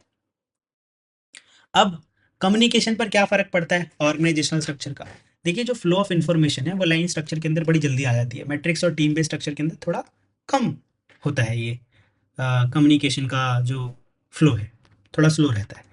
Clarity versus complexity, simple line structure के अंदर क्लैरिटी बड़ी जल्दी आ जाती है, लेकिन जो बड़ी ऑर्गेनाइजेशन है उनको कॉम्प्लेक्स स्ट्रक्चर की ज़रूरत पड़ती है ताकि रिस्क जो है वो कम हो जाए, right, okay. Next informal communication, जो ऑर्गेनाइजेशन का स्ट्रक्चर है वो इनफॉर्मल, जैसे नेटवर्क ग्रेप वाइन कम्युनिकेशन है, वो थोड़ा वहाँ पर ज़्यादा होता है कि भाई एक ब्रांच ने दूसरे ब्रांच वाले को ये कोई इन्फॉर्मेशन दे दी कि तुम्हें पता है कि रिसर्च विंग को ये पता लगा है कि सेल्स बूस्ट होने वाली है, यानी कि अब तो तुम्हारे लगने वाले भाई प्रोडक्शन वाले लोगों, तुम्हें तो अब ज़्यादा ज़्यादा काम करना पड़ेगा, समझ में आ गई बात, राइट। या फिर सेल्स कम हो गई या प्रोडक्शन स्लो करनी पड़ेगी, अब आपके मज़े आ गए हैं। तो ये इनफॉर्मल कम्युनिकेशन है, ग्रेप वाइन कम्युनिकेशन कहते हैं इसको, ओके। तो रिजिड हिरार्कीज रिस्ट्रिक्ट करती हैं इनफॉर्मल एक्सचेंजेस को, लेकिन जो फ्लैट स्ट्रक्चर्स होते हैं वहाँ पे कल्चर ओपन होता है, सबको सब कुछ पता चल जाता है। अमेजॉन डिविजनल स्ट्रक्चर को ग्लोबल लेवल पर यूज़ करता है, राइट, और cross communication between functions and geographies को अलाउ करता है। ये जो हाइब्रिड मॉडल है ये क्लैरिटी और एजिलिटी को दर्शाता है। टेस्ला का हाइब्रिड स्ट्रक्चर, टेस्ला जो कंपनी है वो अपने ऑर्गेनाइजेशन के अंदर हाइब्रिड स्ट्रक्चर का यूज़ करती है। डिसीजन मेकिंग और R&D वगैरह के लिए एलॉन मस्क सेंट्रलाइज डिसीजन लेते हैं कि सारे डिसीजन एलॉन मस्क के थ्रू होकर जाएंगे, लेकिन जो ऑपरेशनल डिसीजन हैं वो डिसेंट्रलाइज्ड होते हैं। कम्युनिकेशन, टेस्ला का कोलैबोरेटिव कल्चर जो है वो क्रॉस फंक्शनल कम्युनिकेशन जैसे कि सॉफ्टवेयर, बैटरी, डिज़ाइन टीम्स और इनोवेशन को इनेबल करने के लिए स्मूथ कम्युनिकेशन करने पर विश्वास रखता है, okay, right. Now so guys this is all about the question number 4, okay, concept of organizational structure and its types. Now let's move to the question number 5. What are the principles of direction and techniques used to motivate employees? भाई अगर मुझे लोगों से काम करवाना है तो लोगों को डायरेक्ट करना पड़ेगा ना। The essence of management in action, Koontz and O'Donnell ये बात कहते हैं कि भाई direction is one of the core function of management, कि लोगों को आपको डायरेक्ट करना होता है। आपको अपने रिसोर्सेज प्लान कर लिए, आपने ह्यूमन रिसोर्स प्लान कर लिया, लोगों को ऑर्गेनाइज कर लिया यानी कि स्ट्रक्चर बना लिया, लोगों को स्टाफ कर लिया यानी कि हायर कर लिया आप लोगों ने। अब क्या करना पड़ेगा, हायर करने के बाद आपको इन सभी लोगों को डायरेक्ट करना पड़ेगा कि किसको कितना काम करना है, किसके पास कितनी रिस्पॉन्सिबिलिटीज है, right? So direction is not merely about issuing orders, it also involves inspiring people. आपको लोगों को क्या करना पड़ेगा, मोटिवेट भी करना पड़ेगा कि भाई ज़्यादा काम करना है, इफेक्टिव काम करना है, इसमें आपकी और हमारी सबकी भलाई है। क्योंकि आज के समय में वर्क इन्वायरमेंट बहुत ज़्यादा डायनेमिक हो गया है, लोगों की एक्सपेक्टेशंस अलग अलग हो गई है, कल्चरल डाइवर्सिटी बहुत ज़्यादा आ गई है, टेक्नोलॉजिकल चेंज और टेक्नोलॉजिकल डिसरप्शन बहुत ज़्यादा हो गया है। इसकी वजह से डायरेक्शन भी चेंज हो गया है। डायरेक्शन की कुछ प्रिंसिपल्स हैं। पहला, harmony of objectives. Direction should align individual goals with organizational objectives. Coordination के जैसा दिखता है लेकिन कोऑर्डिनेशन है नहीं, इस बात का ध्यान रखना। Unity of command. Each employ should receive order from only one superior, जिससे कमांड में कंफ्यूजन ना हो। मेरे ऊपर बस टीएल ही मुझे ऑर्डर दे, मैनेजर मुझे डायरेक्ट ऑर्डर ना दे, मैनेजर टीएल को ऑर्डर दे, टीएल फिर मुझे ऑर्डर दे। ये बात समझ में आ रही है? ताकि यूनिटी ऑफ कमांड रहे, कॉन्फ्लिक्ट ना रहे कि सर मैनेजर की सुनूं कि आपकी सुनूं, ऐसा ना हो। और ये बेसिकली आता कहाँ से? हेनरी फ्योल के क्लासिकल थ्योरी से, राइट? ओके ना, तो 14 प्रिंसिपल्स दिए थे जिन्होंने, याद है? Next, direct supervision. Personal contact between managers and employees, जिससे आपकी अंडरस्टैंडिंग, ट्रस्ट और मोटिवेशन बढ़ जाता है। Effective communication, motivation and leadership, continuity, ये सब प्रिंसिपल्स हैं डायरेक्शंस के। कुछ कुछ टेक्निक्स जो ऑर्गेनाइजेशन के अंदर यूज होती हैं लोगों को डायरेक्ट करने के लिए कि आप ज़्यादा ज़्यादा काम करो। पहला है फाइनेंशियल, दूसरा है नॉन फाइनेंशियल। फाइनेंशियल के अंदर आपको पैसा मिलता है ताकि आप ज़्यादा काम करो, जैसे salary, bonus, profit sharing, stock options. Infosys क्या करता है? अपने एम्प्लॉयज़ को स्टॉक की ओनरशिप दे देता है, जिसको बोलते हैं ईसॉप्स, ताकि आपके पास शेयर्स रहेंगे और जब जब कंपनी की वैल्यू बढ़ेगी तो आपके शेयर बढ़ जाएंगे। इससे होता यह है कि आप ज़्यादा काम करते हो, ठीक है, और कंपनी में बने रहते हो, राइट? दूसरा है इंसेंटिव। फाइनेंशियल टेक्निक के अंदर जितना आप परफॉर्म करोगे उतना आपको पैसा मिलेगा, इससे आपके टारगेट्स भी बढ़ जाते हैं और आपको मोटिवेशन भी मिलता है। लेकिन जो नॉन फाइनेंशियल टेक्निक्स हैं ये ज़्यादा कारगर हो नहीं रही आजकल। आपके ऑर्गेनाइजेशन में भी ऐसा होगा कि भाई रिकग्निशन मिलेगा, अप्रिसिएशन मिलेगा, इससे हम थक चुके हैं। क्या करेंगे अवार्ड लेके? पैसा चाहिए, पैसा। राइट? लेकिन अगर आप नए नए हैं, आपको जॉब एक्सपोजर इफेक्टिवली चाहिए, तो रिकग्निशन और अप्रिसिएशन की ज़्यादा ज़रूरत पड़ेगी। Job enrichment, providing challenging task and opportunities जिससे आपकी स्किल डेवलप हो सके। डिसीजन मेकिंग के अंदर आपको इन्वॉल्व करा लिया जाता है कि आपसे भी पूछकर डिसीजन लेंगे। करियर ग्रोथ की अपॉर्चुनिटी देते हैं कि आपने अगर ये टारगेट पूरा कर लिया इस पर्टिकुलर क्वार्टर के अंदर, अंडर दिस टाइमलाइन, तो क्या होगा भाई? आपको करियर ग्रोथ यानी कि प्रमोट कर दिया जाएगा। वर्क लाइफ बैलेंस के इनिशिएटिव्स लेते हैं कि ज़्यादा से ज़्यादा काम करो ताकि कुछ समय बाद आपका शेड्यूल छोटा कर दिया जाए, रिमोट वर्क दे दिया जाए, राइट? वेलनेस प्रोग्राम वगैरह भी चलाते हैं कंपनीज, आपको लाइफ इंश्योरेंस, हेल्थ इंश्योरेंस इस तरीके का करके देती है ताकि आप ऑर्गेनाइजेशन के अंदर बने रहें, ऑर्गेनाइजेशन को छोड़कर ना जाए। तो जो इफेक्टिव ऑर्गेनाइजेशन हैं वो दोनों का इस्तेमाल करती है, financial and non financial motivators का, राइट? नाउ हमसे इन्होंने आगे पूछा था कि मॉडर्न मोटिवेशनल थेरीज आज की डाइवर्स और डायनेमिक ऑर्गेनाइजेशन सेटिंग के अंदर कैसे अप्लाई होती है। तो देखिए भाई, अप्लाई का मतलब एप्लीकेशन क्या है। तो जो मॉडर्न मोटिवेशनल थेरीज है वो आज के ऑर्गेनाइजेशन के अंदर कैसे काम करती है।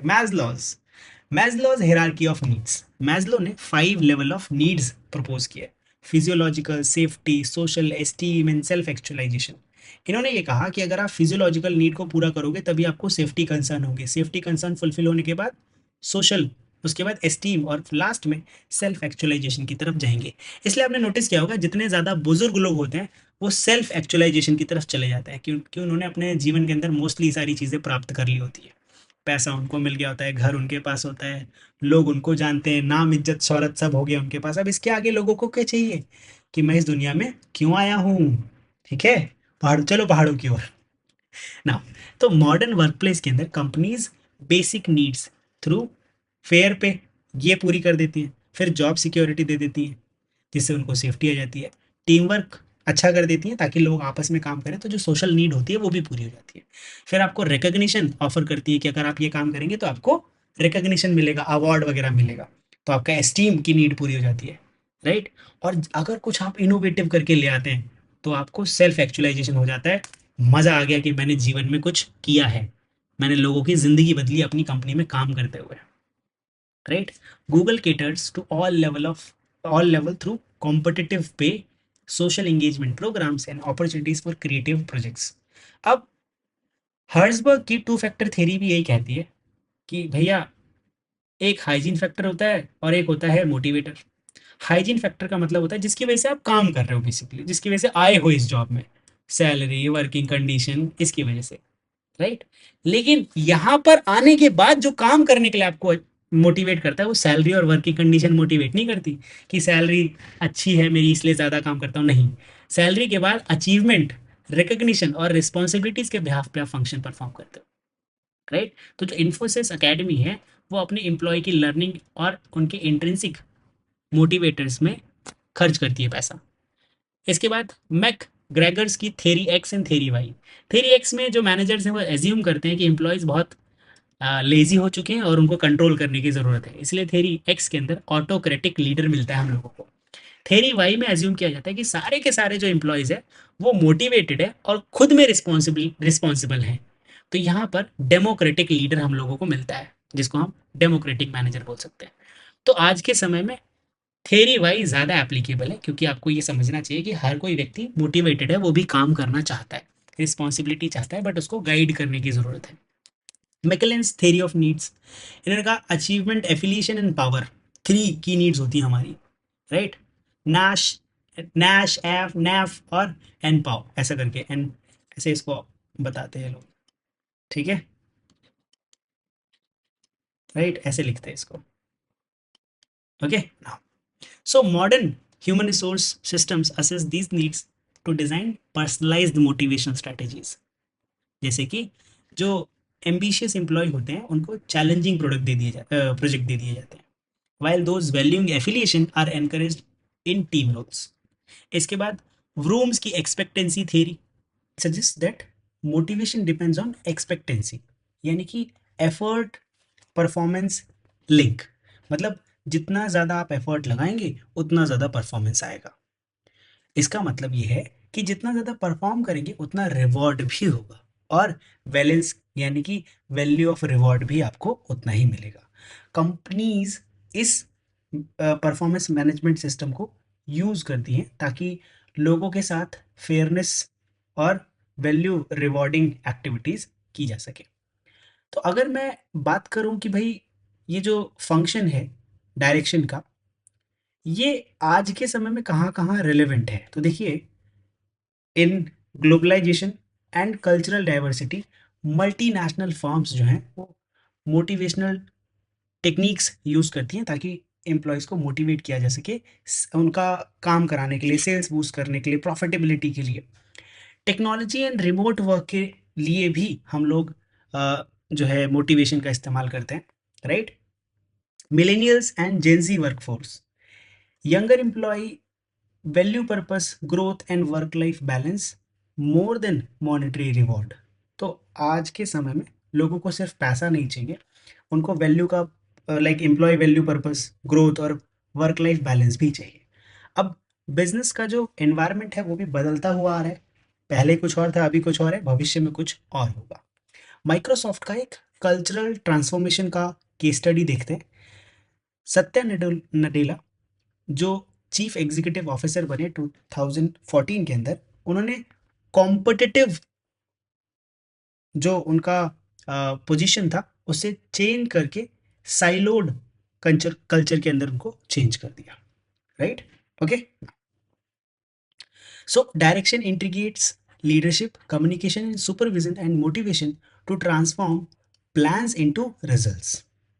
और बहुत सारी मोटिवेशनल थेरीज भी हैं जो आपको यानी कि एम्प्लॉयज़ को डायरेक्ट करने में मदद करती है कि आप उनको कैसे डायरेक्शंस दे सकते हैं, काम कैसे करवा सकते हैं। And this is all about the assignments of 2025 and January 2026। अगर आपको ट्यूशन क्लासेस में एनरोल करना है और आप एग्ज़ाम के लिए क्रैश कोर्स ढूंढ रहे हैं और अगले किसी भी असाइनमेंट के लिए आपको वीडियो देखनी है, तो प्लीज़ इस वीडियो को लाइक कर दीजिए और चैनल को सब्सक्राइब कर दीजिए ताकि आपके पास कोई भी अपडेट ना छूटे, right? Okay, so that's all for today's lecture. See you in the very next class. Till then, take care of yourself. You guys are really, really awesome. Bye bye, guys. Have a great day. You guys are awesome.